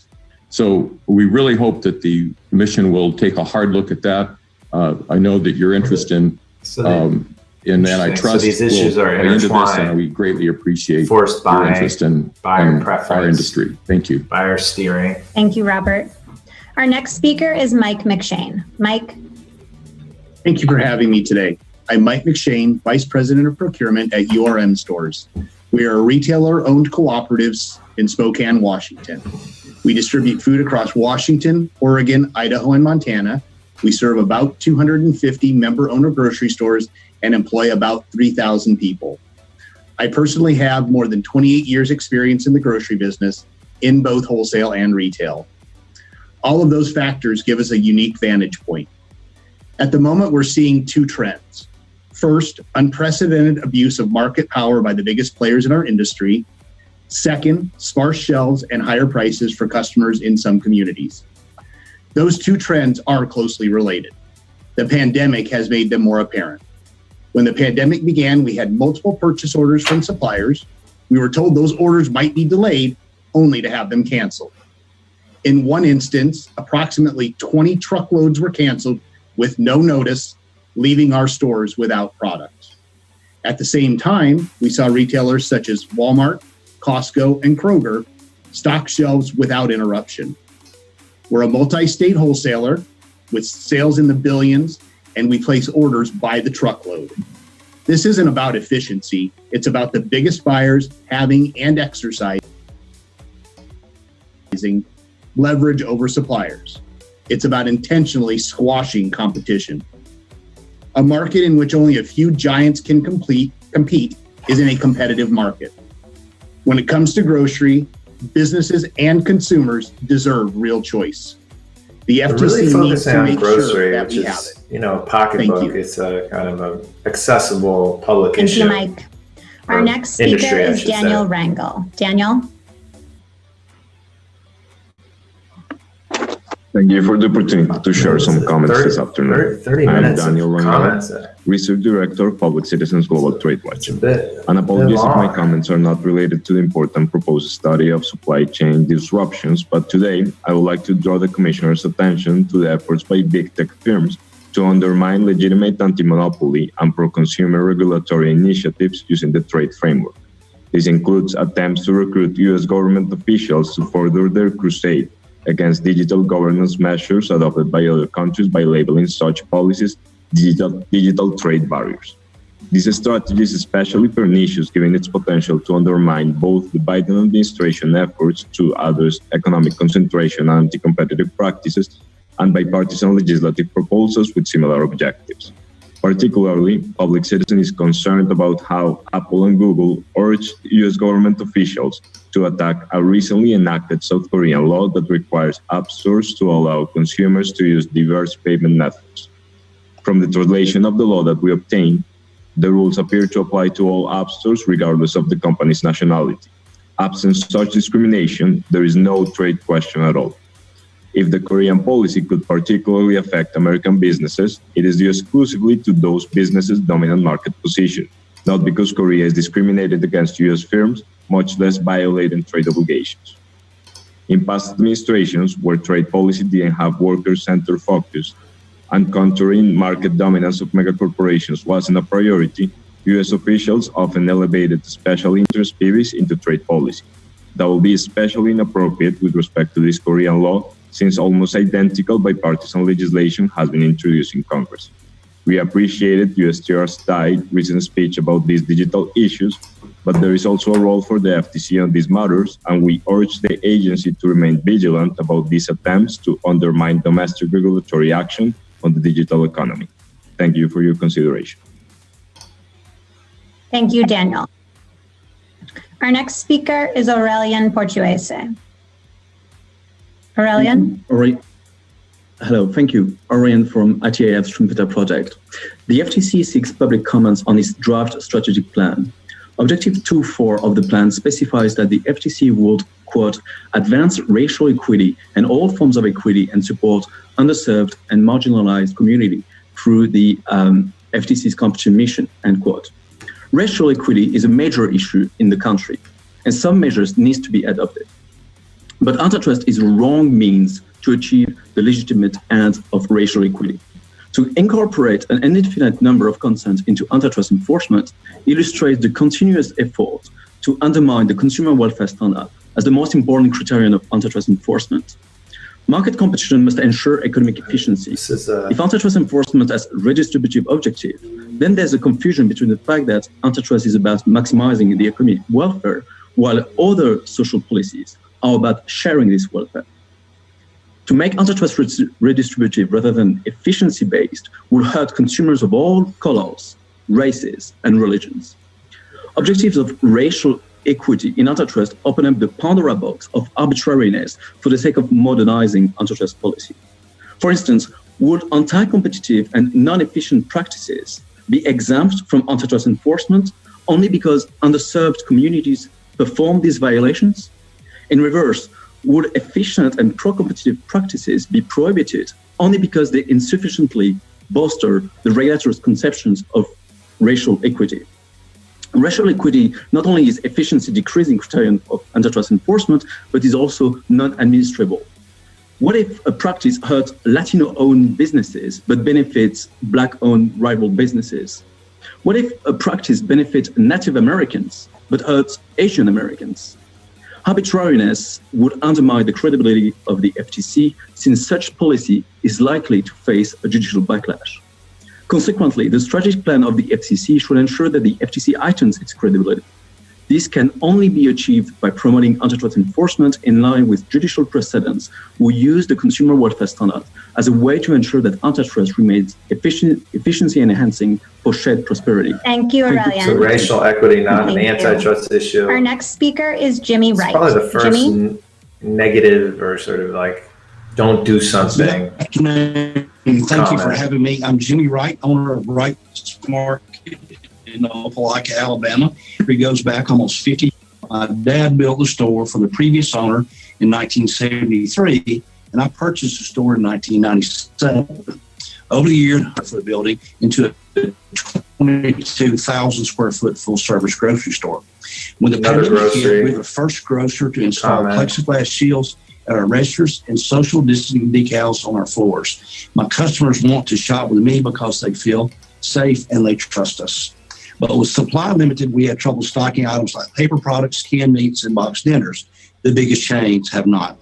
Our customers have to make 2 trips, one to us and another to the dollar store. No one wants to make that extra trip.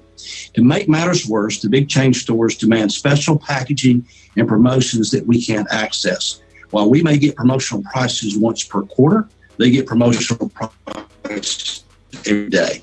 To give one example, we're currently paying 13-cent popular brand of cake mix for the holidays. Chain competition is selling it for $1. If you've been to rural America, you see how dollar stores have decimated small towns.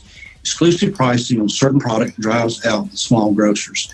Once the grocer closes, the community is left with very little fresh food, especially meat and produce. Please treat this issue with the urgency it deserves. The communities we serve depend on it. And thank you. Thank you, Jimmy. Apologies, we're trying to get one final speaker to join. Emily Brill. Emily, are you on yet? 40 minutes. A lot of speakers. I don't think she's joined yet. I apologize for the delay. Grocery. Emily, if you're listening, we will still accept your written comments and I'll follow up with you after, but I'll turn it back over to Chair Khan. Thanks so much, Lindsay. That concludes the open forum portion of our meeting. Thanks so much to everybody who took the time to share comments. So we will now move on to the items on our agenda. The first item on the agenda is a presentation by our staff on criminal referrals and our partnerships in association with our referrals. Criminal conduct can arise in a variety of contexts and surface in a whole host of investigations across both our competition and consumer protection missions. Although the Commission only has civil authority, we have consistently committed to working with criminal authorities to use all available tools to combat illegal conduct. Consumer protection frauds and scams are just one example of serious conduct that can lead to hundreds of millions of dollars in losses by the American people that can often warrant both civil and criminal enforcement efforts. Another area is criminal antitrust violations, such as price fixing, bid rigging, and market allocation agreements. The Commission works with the Department of Justice on these matters and regularly refers criminal matters to the DOJ for criminal prosecution. So today we're going to have staff from the Bureau of Consumer Protection and Bureau of Competition give a presentation about the referral of Commission matters to federal and state criminal authorities.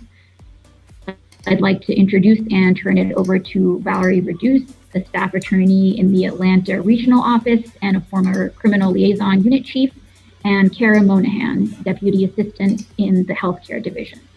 So Valerie and Kara, I will turn it over to you. That's a presentation. I thought. Thank you, Chair Khan, Might be a vote Commissioners here. Phillips, Slaughter, and Wilson, for your time in considering the important and increasingly productive work being done through the Criminal Liaison Unit program here at the FTC. The CLUE program was first established in 2003 to address the most egregious fraudsters who were undeterred by the threat of civil enforcement. This program was and is designed to protect the public from these defendants by working collaboratively with criminal authorities at all levels of government. Over the last 2 decades, its reach has expanded to combat all manner of illegal conduct affecting consumers, workers, and honest businesses, including criminal conduct by otherwise legitimate businesses. In doing so, the CLUE program has forged and builds on lasting relationships throughout the law enforcement community. The CLUE program has also developed strategies that support successful criminal prosecutions, including a non-public library of criminal pleadings for prosecutors, awards that recognize our finest law enforcement partners, and training to those partners in FTC mission-critical matters, as well as additional training to FTC staff in criminal law. In the last 5 years alone, FTC staff have received and responded to 840 formal requests for cooperation from our criminal law enforcement partners. These include 363 federal, 422 state, and 55 local requests. Prosecutors have relied on the information that the FTC has provided to charge 228 new defendants and obtain 283 new pleas or convictions. During this period, 173 defendants received prison sentences totaling more than 795 years. Here are just a few recent examples of our collaborative work with our federal, state, and local partners. In FTC versus ABC Hispana, our Northwest Regional Office, while working concurrently with the Department of Justice, sued 3 companies and their principals, whose telemarketers used deceptive and abusive tactics to sell products for learning English to Spanish-speaking consumers. This operation, based partly in Peru, used threats to sue, arrest, or jail consumers, and even threats to seize their homes. These fraudsters pretended to be with the government or well-known companies like Walmart, and their targets included many elderly adults. The Department of Justice successfully extradited, prosecuted, and convicted many of these Peruvian-based actors responsible for the scheme, with sentences as high as 9 years. The 4-star resolution matter is also an example of our excellent relationships with U.S. attorneys' offices throughout the country, as well as our strong partnerships with our state civil partners. Together with the New York Attorney General, our New York Regional Office sued 2 debt collection operations that consisted of 7 corporations and their principals. These individuals posed as lawyers and law enforcers, including government agents and criminal law enforcement officials.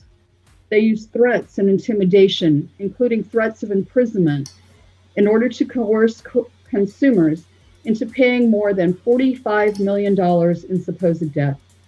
The U.S. Attorney's Office for the Southern District of New York then indicted 15 individuals involved in this matter in the then largest debt collection scheme ever to be criminally prosecuted. The defendants received sentences as high as 100 months, more than 8 years for their crimes. And at the state and local level, in First Time Credit Solutions, also known as FTC Credit Solutions, our CLUE chief and the Division of Marketing Practices provided valuable assistance to the Los Angeles District Attorney's Office and the Los Angeles Sheriff's Office in their successful prosecution of individuals responsible for a bogus credit repair operation that pretended to be a licensee of the Federal Trade Commission.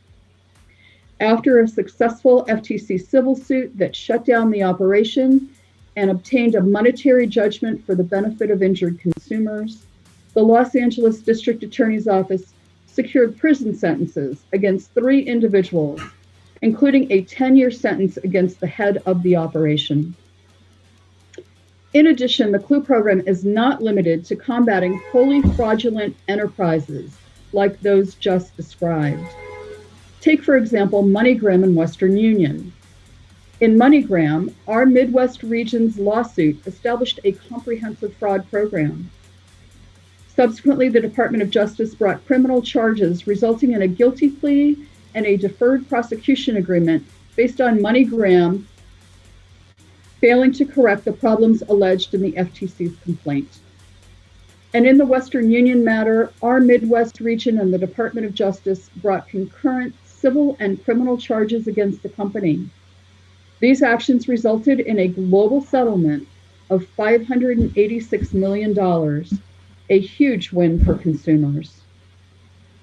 The FTC also recently sued Uber for misrepresenting their privacy and security practices.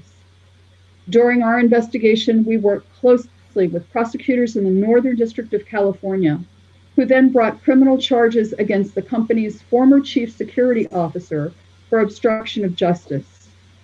Those charges related to Uber's concealment of a data breach from the FTC during its investigation. That prosecution is ongoing, and FTC staff continues to provide any assistance the prosecutors seek. As shown, the CLUE program has furthered, and with each successive CLUE chief, continues to build a vibrant network of partnerships at all levels of law enforcement. Time and again, those partnerships have proven to be strong and effective tools that bring justice to injured for-profit education. Thank you again, Chair Khan, financials, Phillips, Stoller, and Wilson Uber, for your time. Data. Not really a theme, but like our colleagues, kind of interesting. thank you. Like our colleagues in the Bureau of Consumer Protection, the Bureau of Competition has a long history of referring possible criminal cases to other federal and state authorities. I want to briefly highlight just two examples in which we've collaborated with federal law enforcement. First, in FTC v. Reckitt Benckiser Group and FTC v. Indivior, the Commission charged the two companies with violating the antitrust laws for using a deceptive scheme to hinder lower-priced generic competition to their branded opioid addiction treatment. During the FTC's investigation, the United States Department of Justice opened a criminal investigation involving closely related conduct. An attorney at the FTC who had been working on the FTC's investigation was then detailed to assist with the criminal matter. Ultimately, the criminal case resulted in a $1.4 billion settlement, guilty pleas from two former Indivior executives and an Indivior subsidiary, and a civil settlement with Indivior. As part of the orders resolving the FTC's antitrust charges, Reckitt paid $50 million in equitable monetary relief, and Indivior paid $10 million. The FTC has now returned this $60 million to consumers who were harmed by Reckitt's and Indivior's conduct. The second example I'd like to highlight is FTC v. Bristol Myers Squibb Company, in which the drug maker agreed to pay $2.1 million for failing to inform the FTC of agreements reached with Apotex regarding potential generic competition to one of its blockbuster drugs. This conduct violated a 2003 FTC order and the Medicare Modernization Act, which requires that certain drug company agreements be accurately reported to both the Commission and the United States Department of Justice.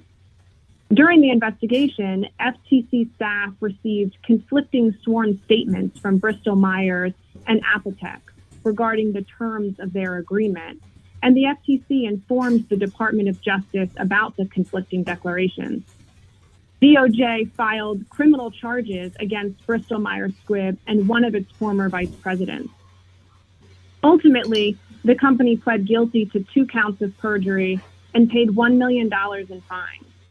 The company's executive also pled guilty to making a false statement to the government and was fined and sentenced to 2 years of probation.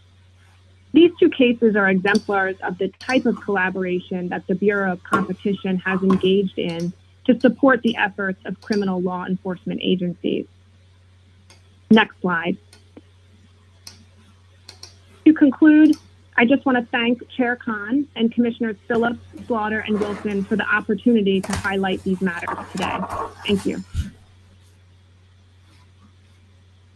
Thanks so much, Kara and Valerie, for the great presentations and all of your terrific work. Really appreciate you both taking the time to prepare these presentations and appear at the meeting today. So in connection with our criminal referral efforts, Today, we will be considering whether to adopt a commission statement that would redouble our commitment to making criminal referrals whenever we identify criminal, antitrust, or consumer protection violations. The policy statement highlights recent referrals by the Commission that have resulted in criminal law enforcement and identifies best practices for assessing possible criminal activity that is uncovered during investigations, as well as referring it promptly to the appropriate law enforcers and maximizing the success of this work going forward. In particular, the policy statement commits us to pursuing cross-agency efforts, to strengthening our partnerships with federal, state, and local criminal law enforcement, and to publishing regular reports with data on the number of referrals we are making and the nature of the alleged conduct. I'd like to thank, in particular, Commissioner Slaughter and her team for their initiative and enthusiasm around this effort and the policy statement and their diligent work to drive it forward. So I will note briefly 3 issues that are of particular interest to me in this area of our work, and then turn it over to my fellow commissioners for their remarks. So first, I am especially interested in the Commission's efforts to coordinate with criminal authorities around wrongdoing by major corporations. Large firms have already been the subject of both civil enforcement by the FTC as well as separate criminal enforcement efforts in a host of matters, including Uber, MoneyGram, Western Union, and Bristol-Myers Squibb. Given research suggesting that larger firms are often more likely than smaller firms to be repeat offenders, and the fact that crimes by larger firms will often cause greater harm given their bigger scale, focusing our enforcement and criminal referral efforts on crime by the largest and most sophisticated corporations. No more small fraud. That's what she's saying. No more going after prioritizing small firms. I think both civil and criminal enforcers must confront critical questions around achieving deterrence.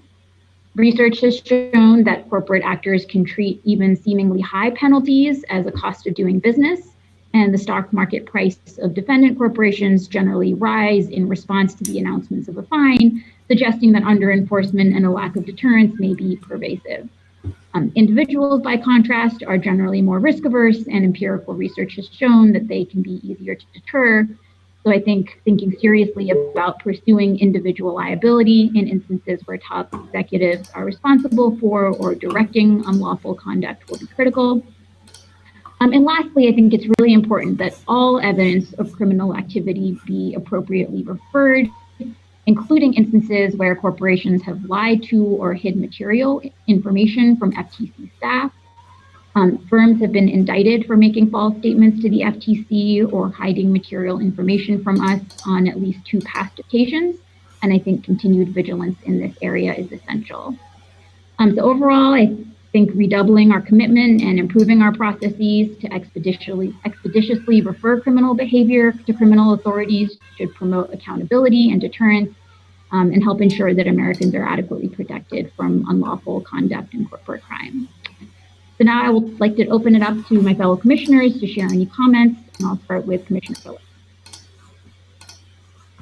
Thank you, Madam Chair, for your leadership on this, and especially also, as you mentioned, to Commissioner Slaughter, who has really been focused on how we can best use the Criminal Liaison Unit and work with our partners. Thanks to Valerie and thanks to Kara for their great presentations.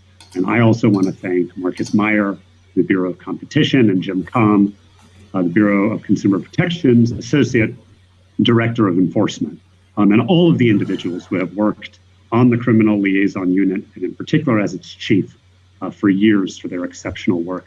One of the things that strikes me, has always struck me on this job, is how many times we get cases in front of us. Some of them are from large corporations, many of them are from much smaller companies, but where you look at the set of facts and you say, wow, this is criminal. Why shouldn't someone go to jail for this? Another thing that has struck me over time has been the enthusiasm of our partners at the Department of Justice. Time and again, they have come to me to say, can you bring us more cases? And I think this is a worthy effort in that regard. And so I really do, I thank everyone of my colleagues and all of the great staff with which we work. Good bipartisan consensus here. The CLUE, that is Criminal Liaison Unit program, has helped the Commission develop important relationships with criminal authorities internationally and at the federal, state, and local levels. To add an important layer of deterrence, as the chair was explaining, some of the worst conduct that we see. The statement that we're going to vote on today, which I'm going to support, articulates our longstanding practice of referring potential criminal violations to our relevant law enforcement partners. It's not all acrimony. We support its commitment at the to FTC. continuing to develop and deepen those relationships with partners through regular meetings and by providing training on how to use our Consumer Sentinel database system, which is where we collect all of the many complaints that we get all the time. I'm also in favor of increasing transparency by bringing back the public reports for our criminal referrals. And this is one of the things the statement calls for. The commission is, as the chair noted, a civil law enforcement agency. We carry our mission well, but too often what we're looking at is criminal conduct. And it violates more than just the statutes that we enforce. And so we've long recognized the importance of working with criminal authorities, as the chair discussed. Criminal penalties are generally greater than civil ones, and where crimes occur, they are critical tools. The statement does not reflect new policy, but rather highlights the work that staff have been doing for 20 years. I'm always happy when we get to shine a light on the great work that our terrific staff does, especially on cases that don't often rise to the level of headlines in the paper. And so I'm very pleased to support all of these statements. Thank you, Madam Chair. Got a comment from the audience. Individual liability is huge. Take a look at individual punishment under the False Claims Act. I agree. It's a real Some of what deterrent. I am planning to say is going to sound a little redundant with what you've already heard, because I think all of our colleagues are in agreement about some of the important principles that we are talking about today. As you know, the Federal Trade Commission is a civil law enforcement agency that often confronts illegal conduct that not only crosses multiple moral, legal, and ethical lines, but also inflicts serious and sometimes irreparable harm on consumers, workers, and businesses. This category of conduct and our limited ability as civil enforcers to stop it has troubled me since joining the Commission. I'm extremely proud of the effective work that our criminal liaison unit has done to date, referring hundreds of cases to criminal partners that have resulted in successful prosecutions. And you heard from Valerie and Kara about a bunch of those that are really important. I want to thank them for their ongoing work and for their presentations today.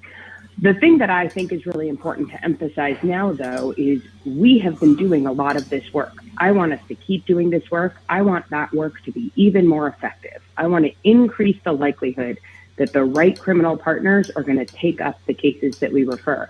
Because as many cases as have been successfully prosecuted, there have also been a number where it's really hard to find the right prosecutor to pick up the case.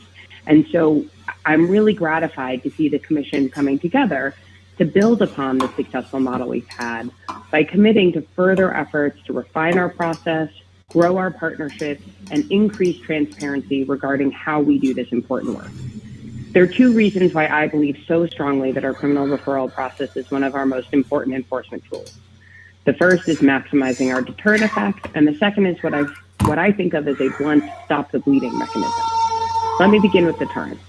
For several years, I've spoken extensively about the need to ensure that our enforcement actions effectuate deterrence, both specific and general. We should keep up that focus. But we should also recognize that there are limits to the deterrent effect of civil enforcement.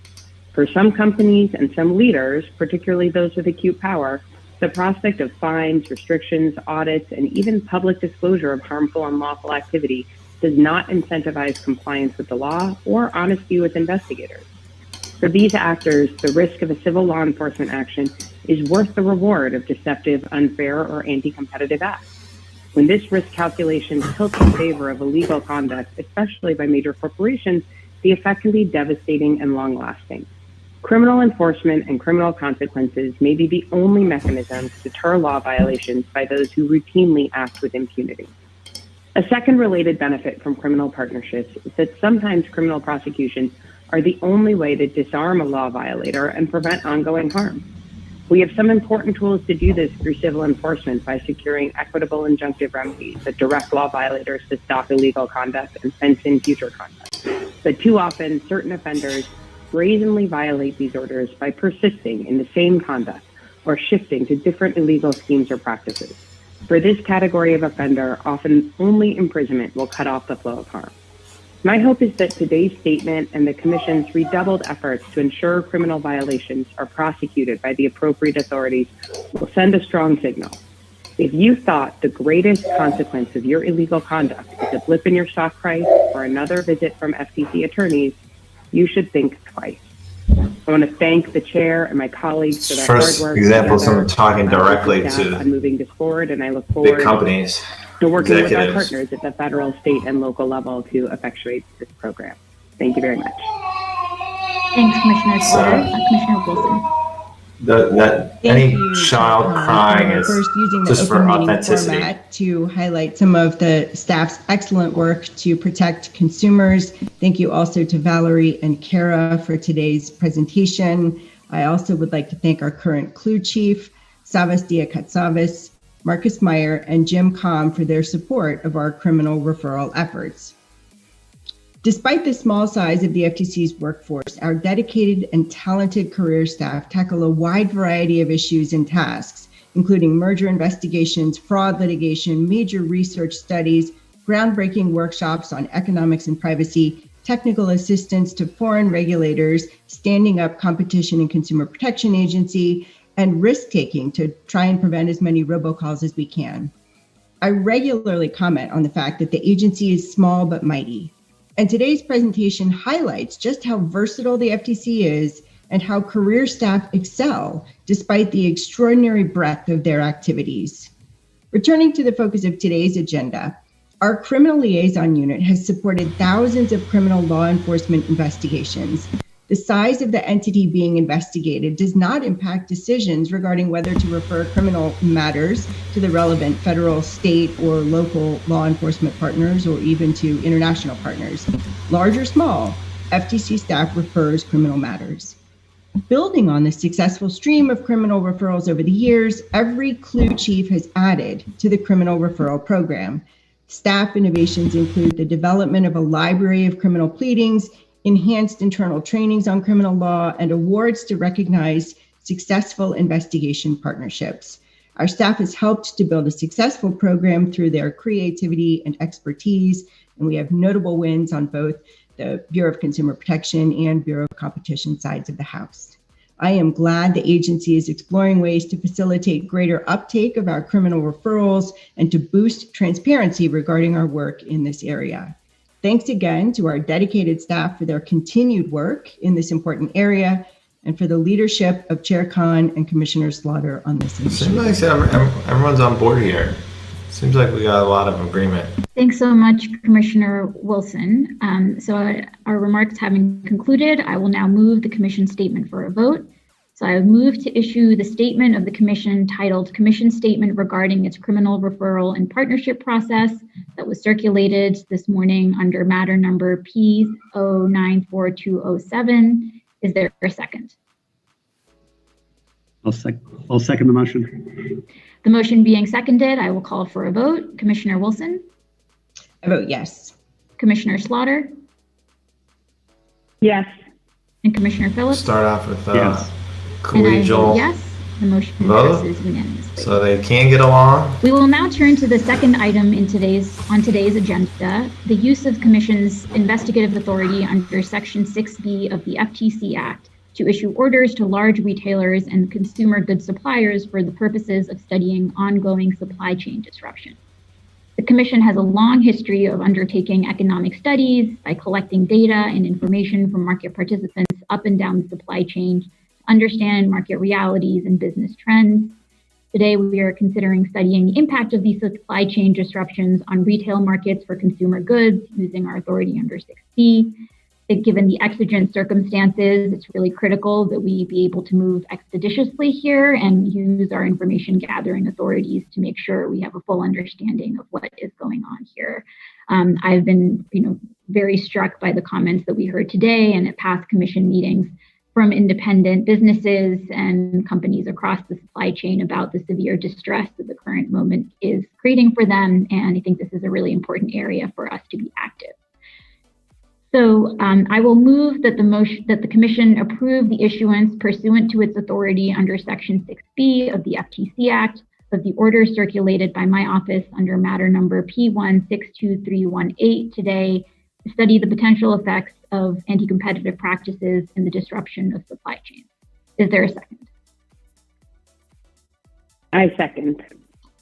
The motion being seconded, I will now turn to my other fellow commissioners I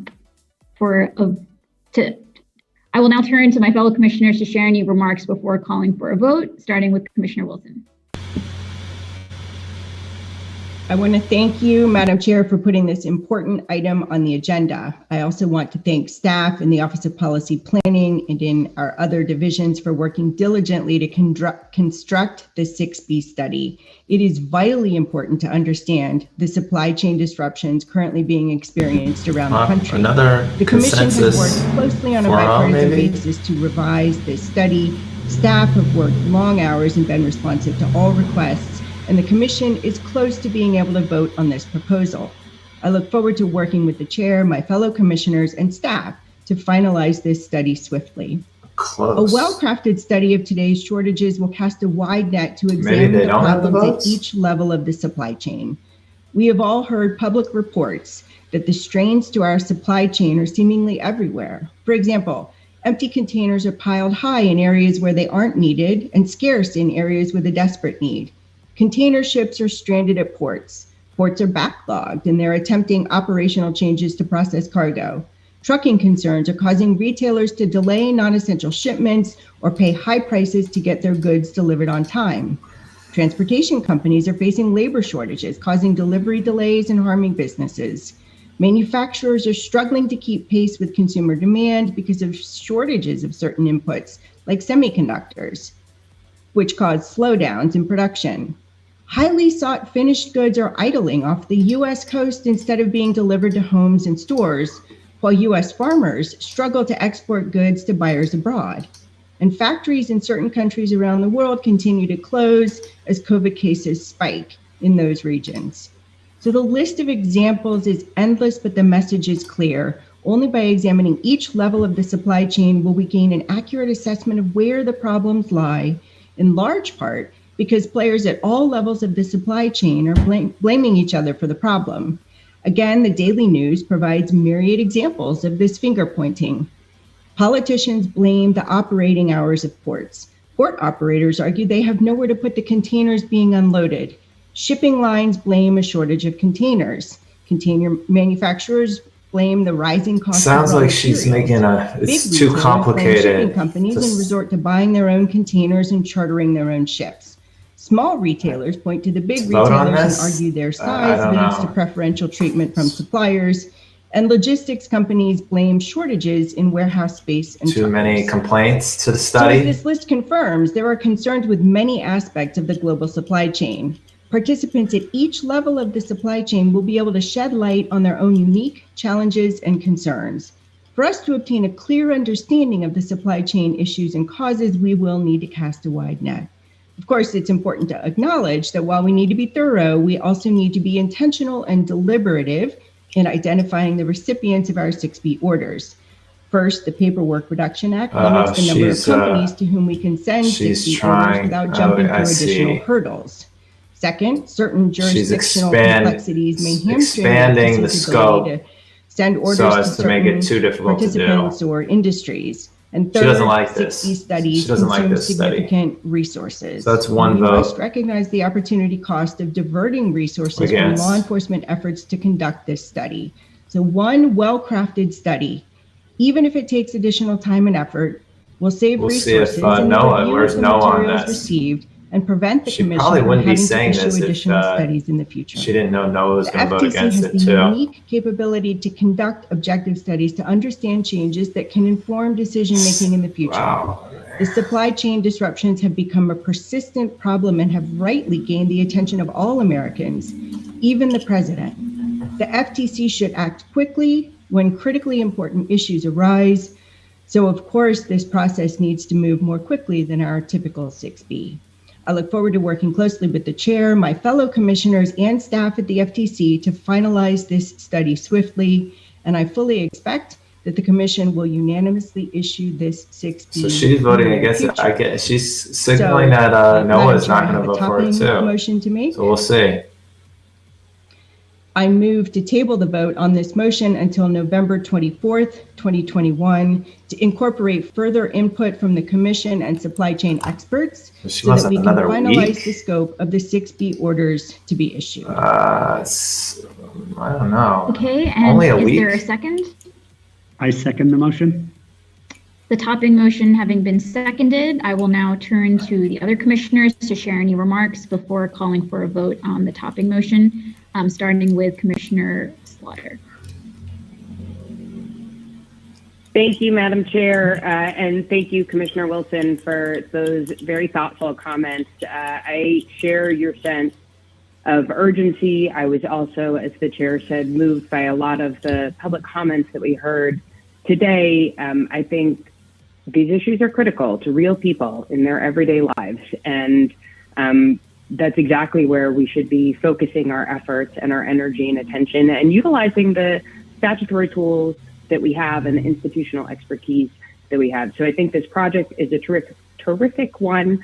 And I will say, I would have been ready to vote today, and I know the chair might have been too, but I actually very much appreciate her efforts to work with Commissioner Wilson and our colleagues and get to a bipartisan consensus and have a vote next week that solidifies this, incorporates all of the excellent feedback and thoughtful comments we've heard really makes no sense. Across the This makes agency no sense. and makes the product as effective as possible. I will just note going forward, I think that it's good for us to get our 6B studies right in the first instance, but it's also important that we be able to be nimble and adjust and adapt as circumstances or the information that we develop points us in new directions that reflects new interests. And so I hope that we will keep working to be nimble and to be effective and to be responsive in a timely manner to the real They're trying to be bipartisan. that the American people are facing. So with that, I vote. Am I supposed to comment or vote? I can do both. I will go to Commissioner Phillips and then come back to the vote on the topper. Okay, well, I will withhold my formal vote, but indicate my intention to vote yes on the topping motion. Great. Oh, okay. So they're just going to all vote Thank to you, Madam delay. Chair. I also want to note that obviously. you have now nicknamed topping motions as toppers, and we need to stick with that. I like that. So thank you, Madam Chair.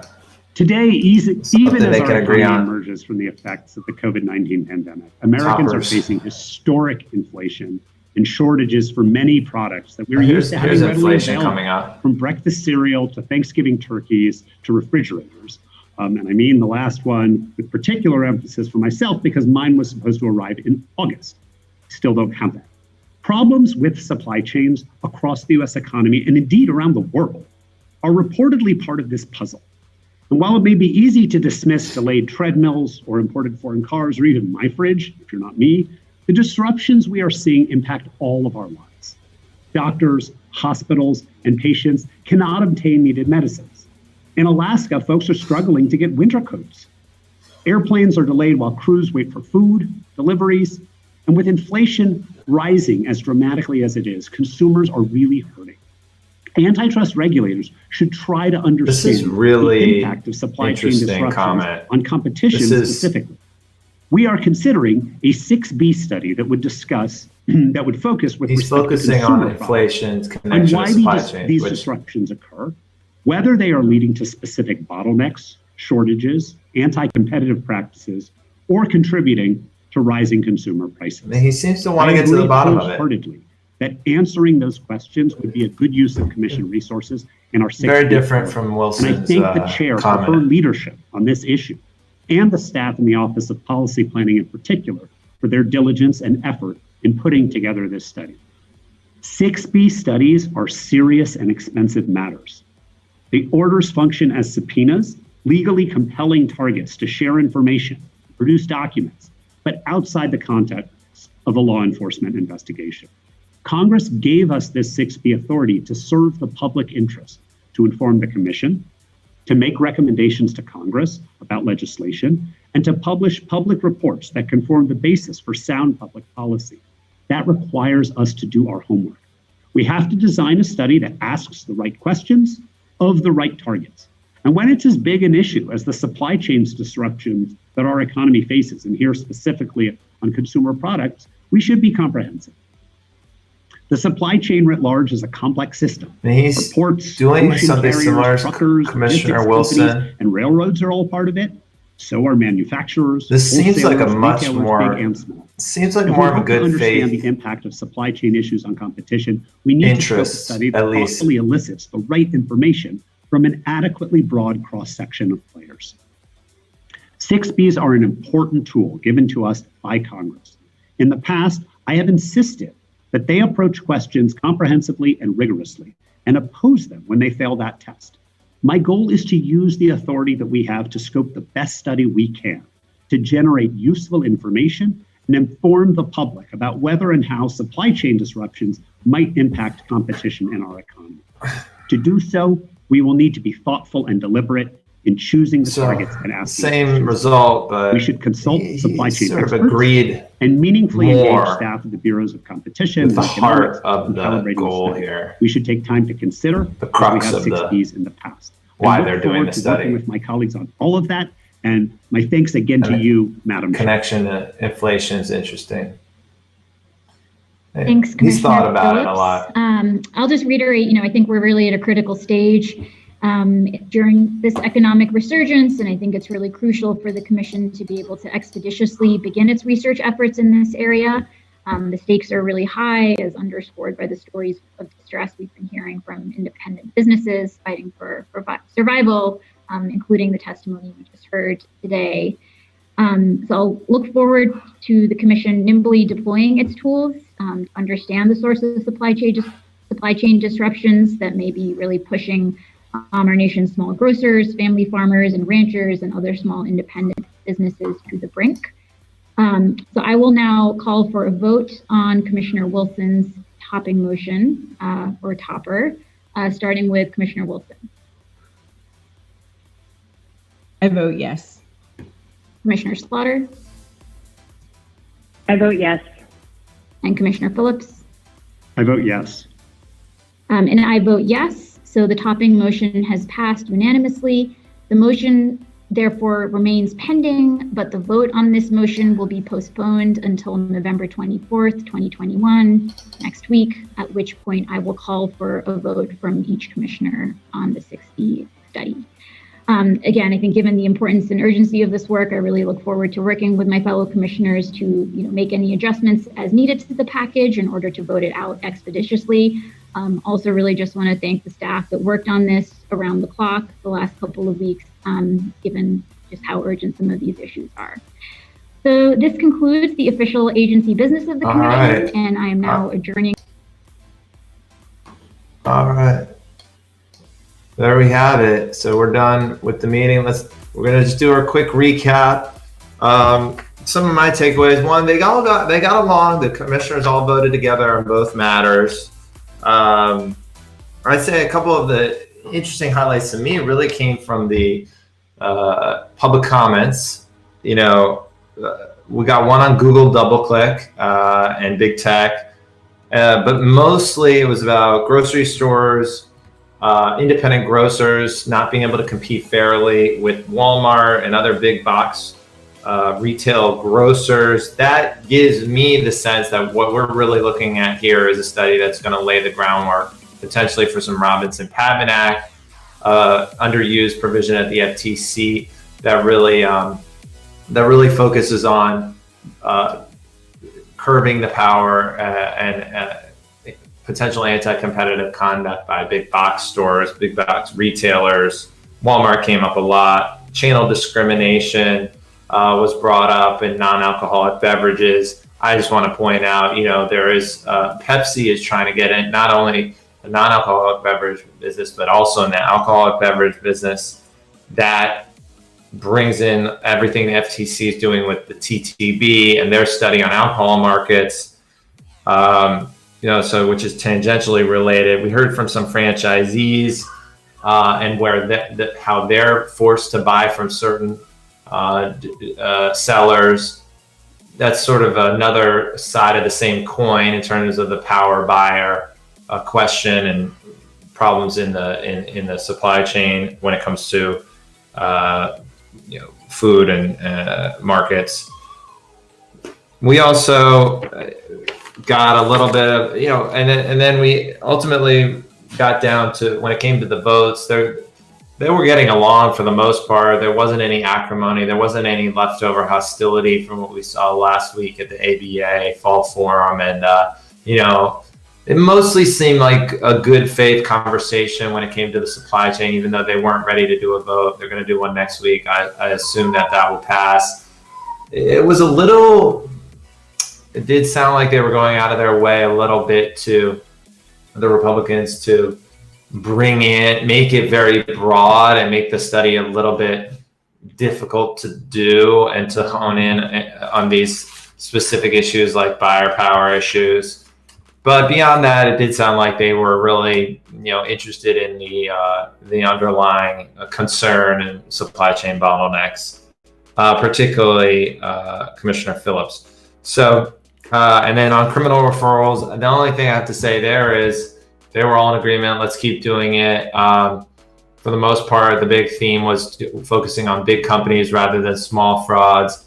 And then I think, just as a layer of additional analysis, that's going to be particularly important now that Cantor has been approved and coming on. So thank you so much for joining us, and look forward to doing it again in the future.